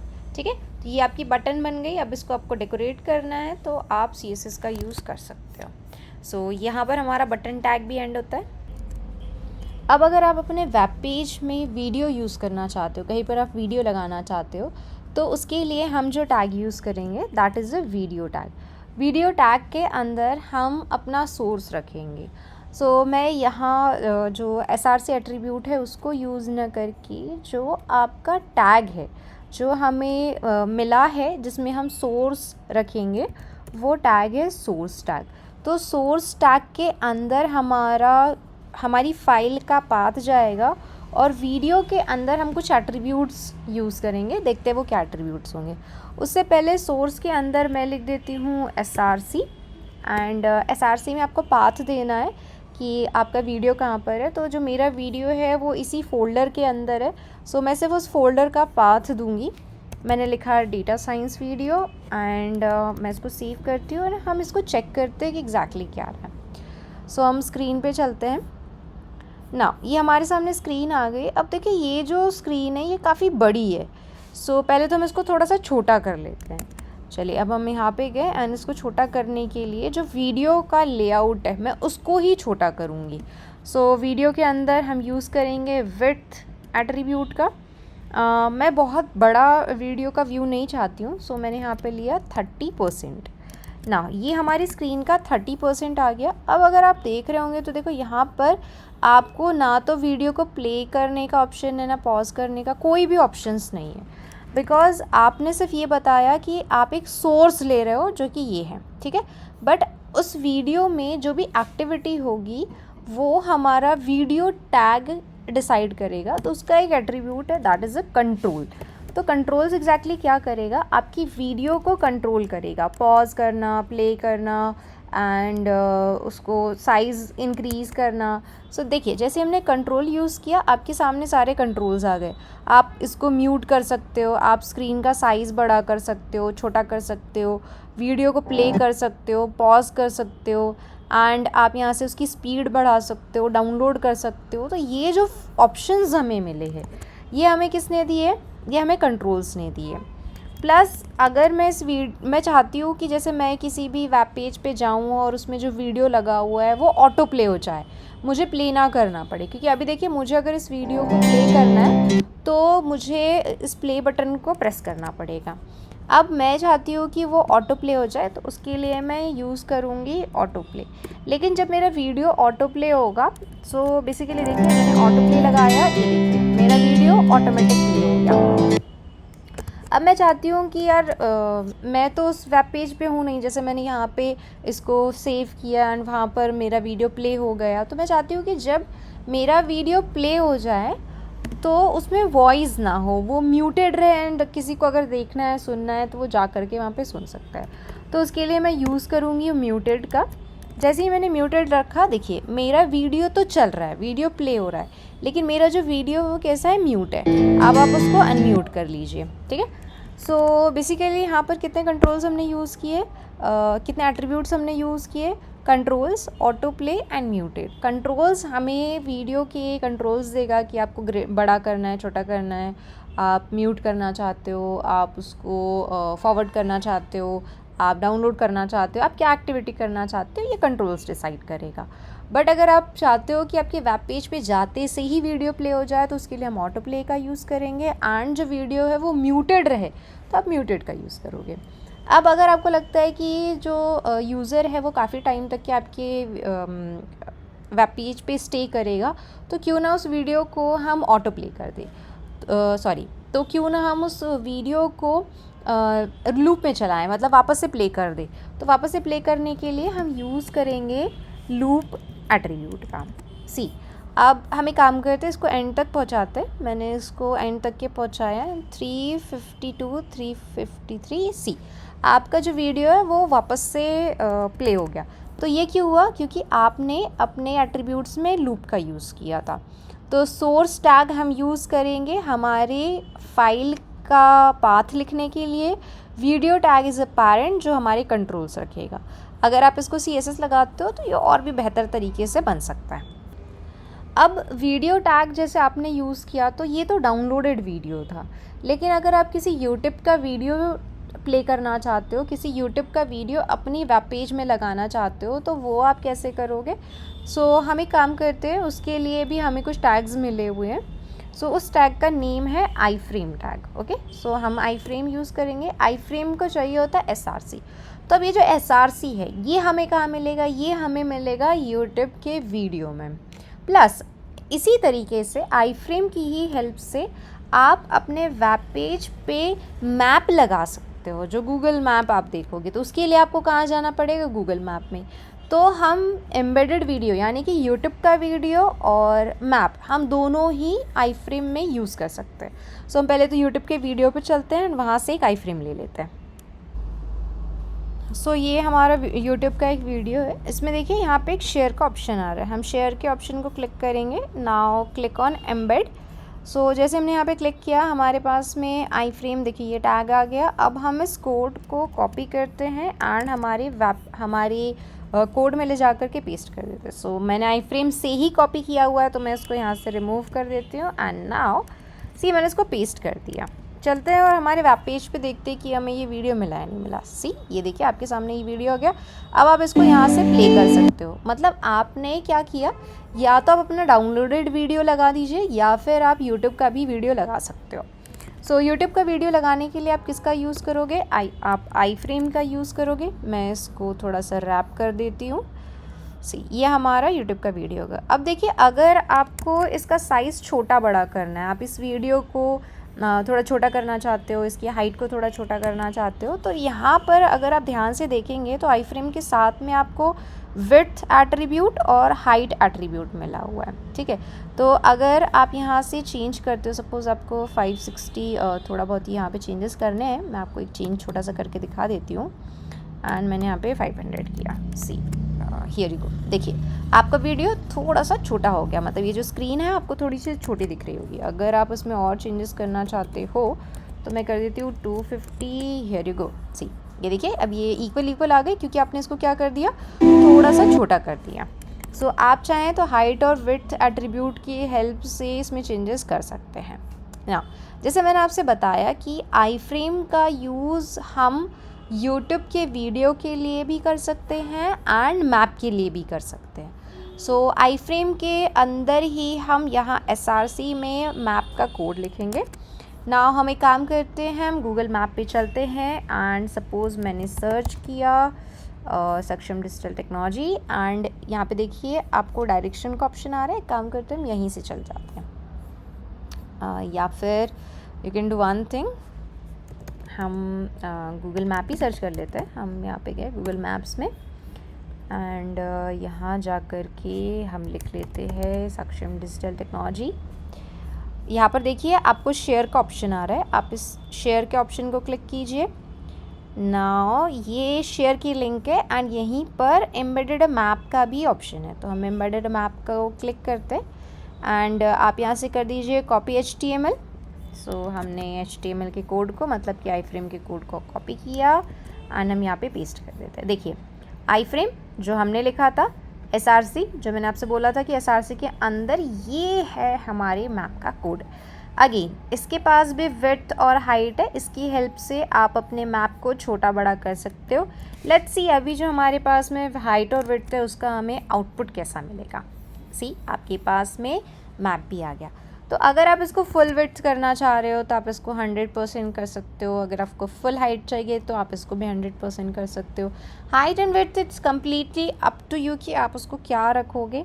But अगर आपको मैप लगाना है तो आपको बहुत ज़्यादा कुछ नहीं लिखना है, बस आपको एक टैग यूज़ करना है, that is a I frame tag. Basically I frame कर क्या रहा है, किसी दूसरे वेबसाइट के HTML के कोड को अगर हमें दिखाना है, जैसे दूसरी वेबसाइट कौन हो गई, गूगल मैप हो गया, यूट्यूब हो गया, तो वहाँ के कोड को हम यहाँ पर दिखा रहे हैं, एम्बेड कर रहे हैं, मतलब कि दोनों को मर्ज कर रहे हैं। तो उसके लिए हम किसका यूज़ कर रहे हैं, आई फ्रेम टैग का यूज़ कर रहे हैं। अब कुछ स्ट्रक्चर टैग है जिसकी हम बात कर लेते हैं।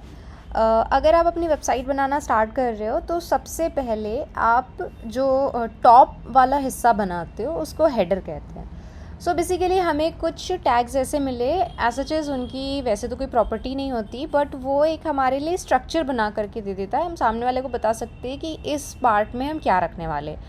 तो अगर मुझे टॉप वाला हिस्सा बनाना है तो उसके लिए मैं यूज़ करूँगी हेडर टैग का।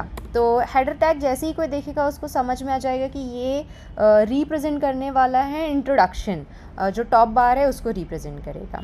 अब हेडर के अंदर हम बनाना चाहते हैं नेविगेशन बार, तो नेविगेशन के लिए हम लोग यूज़ करेंगे नेव टैग का।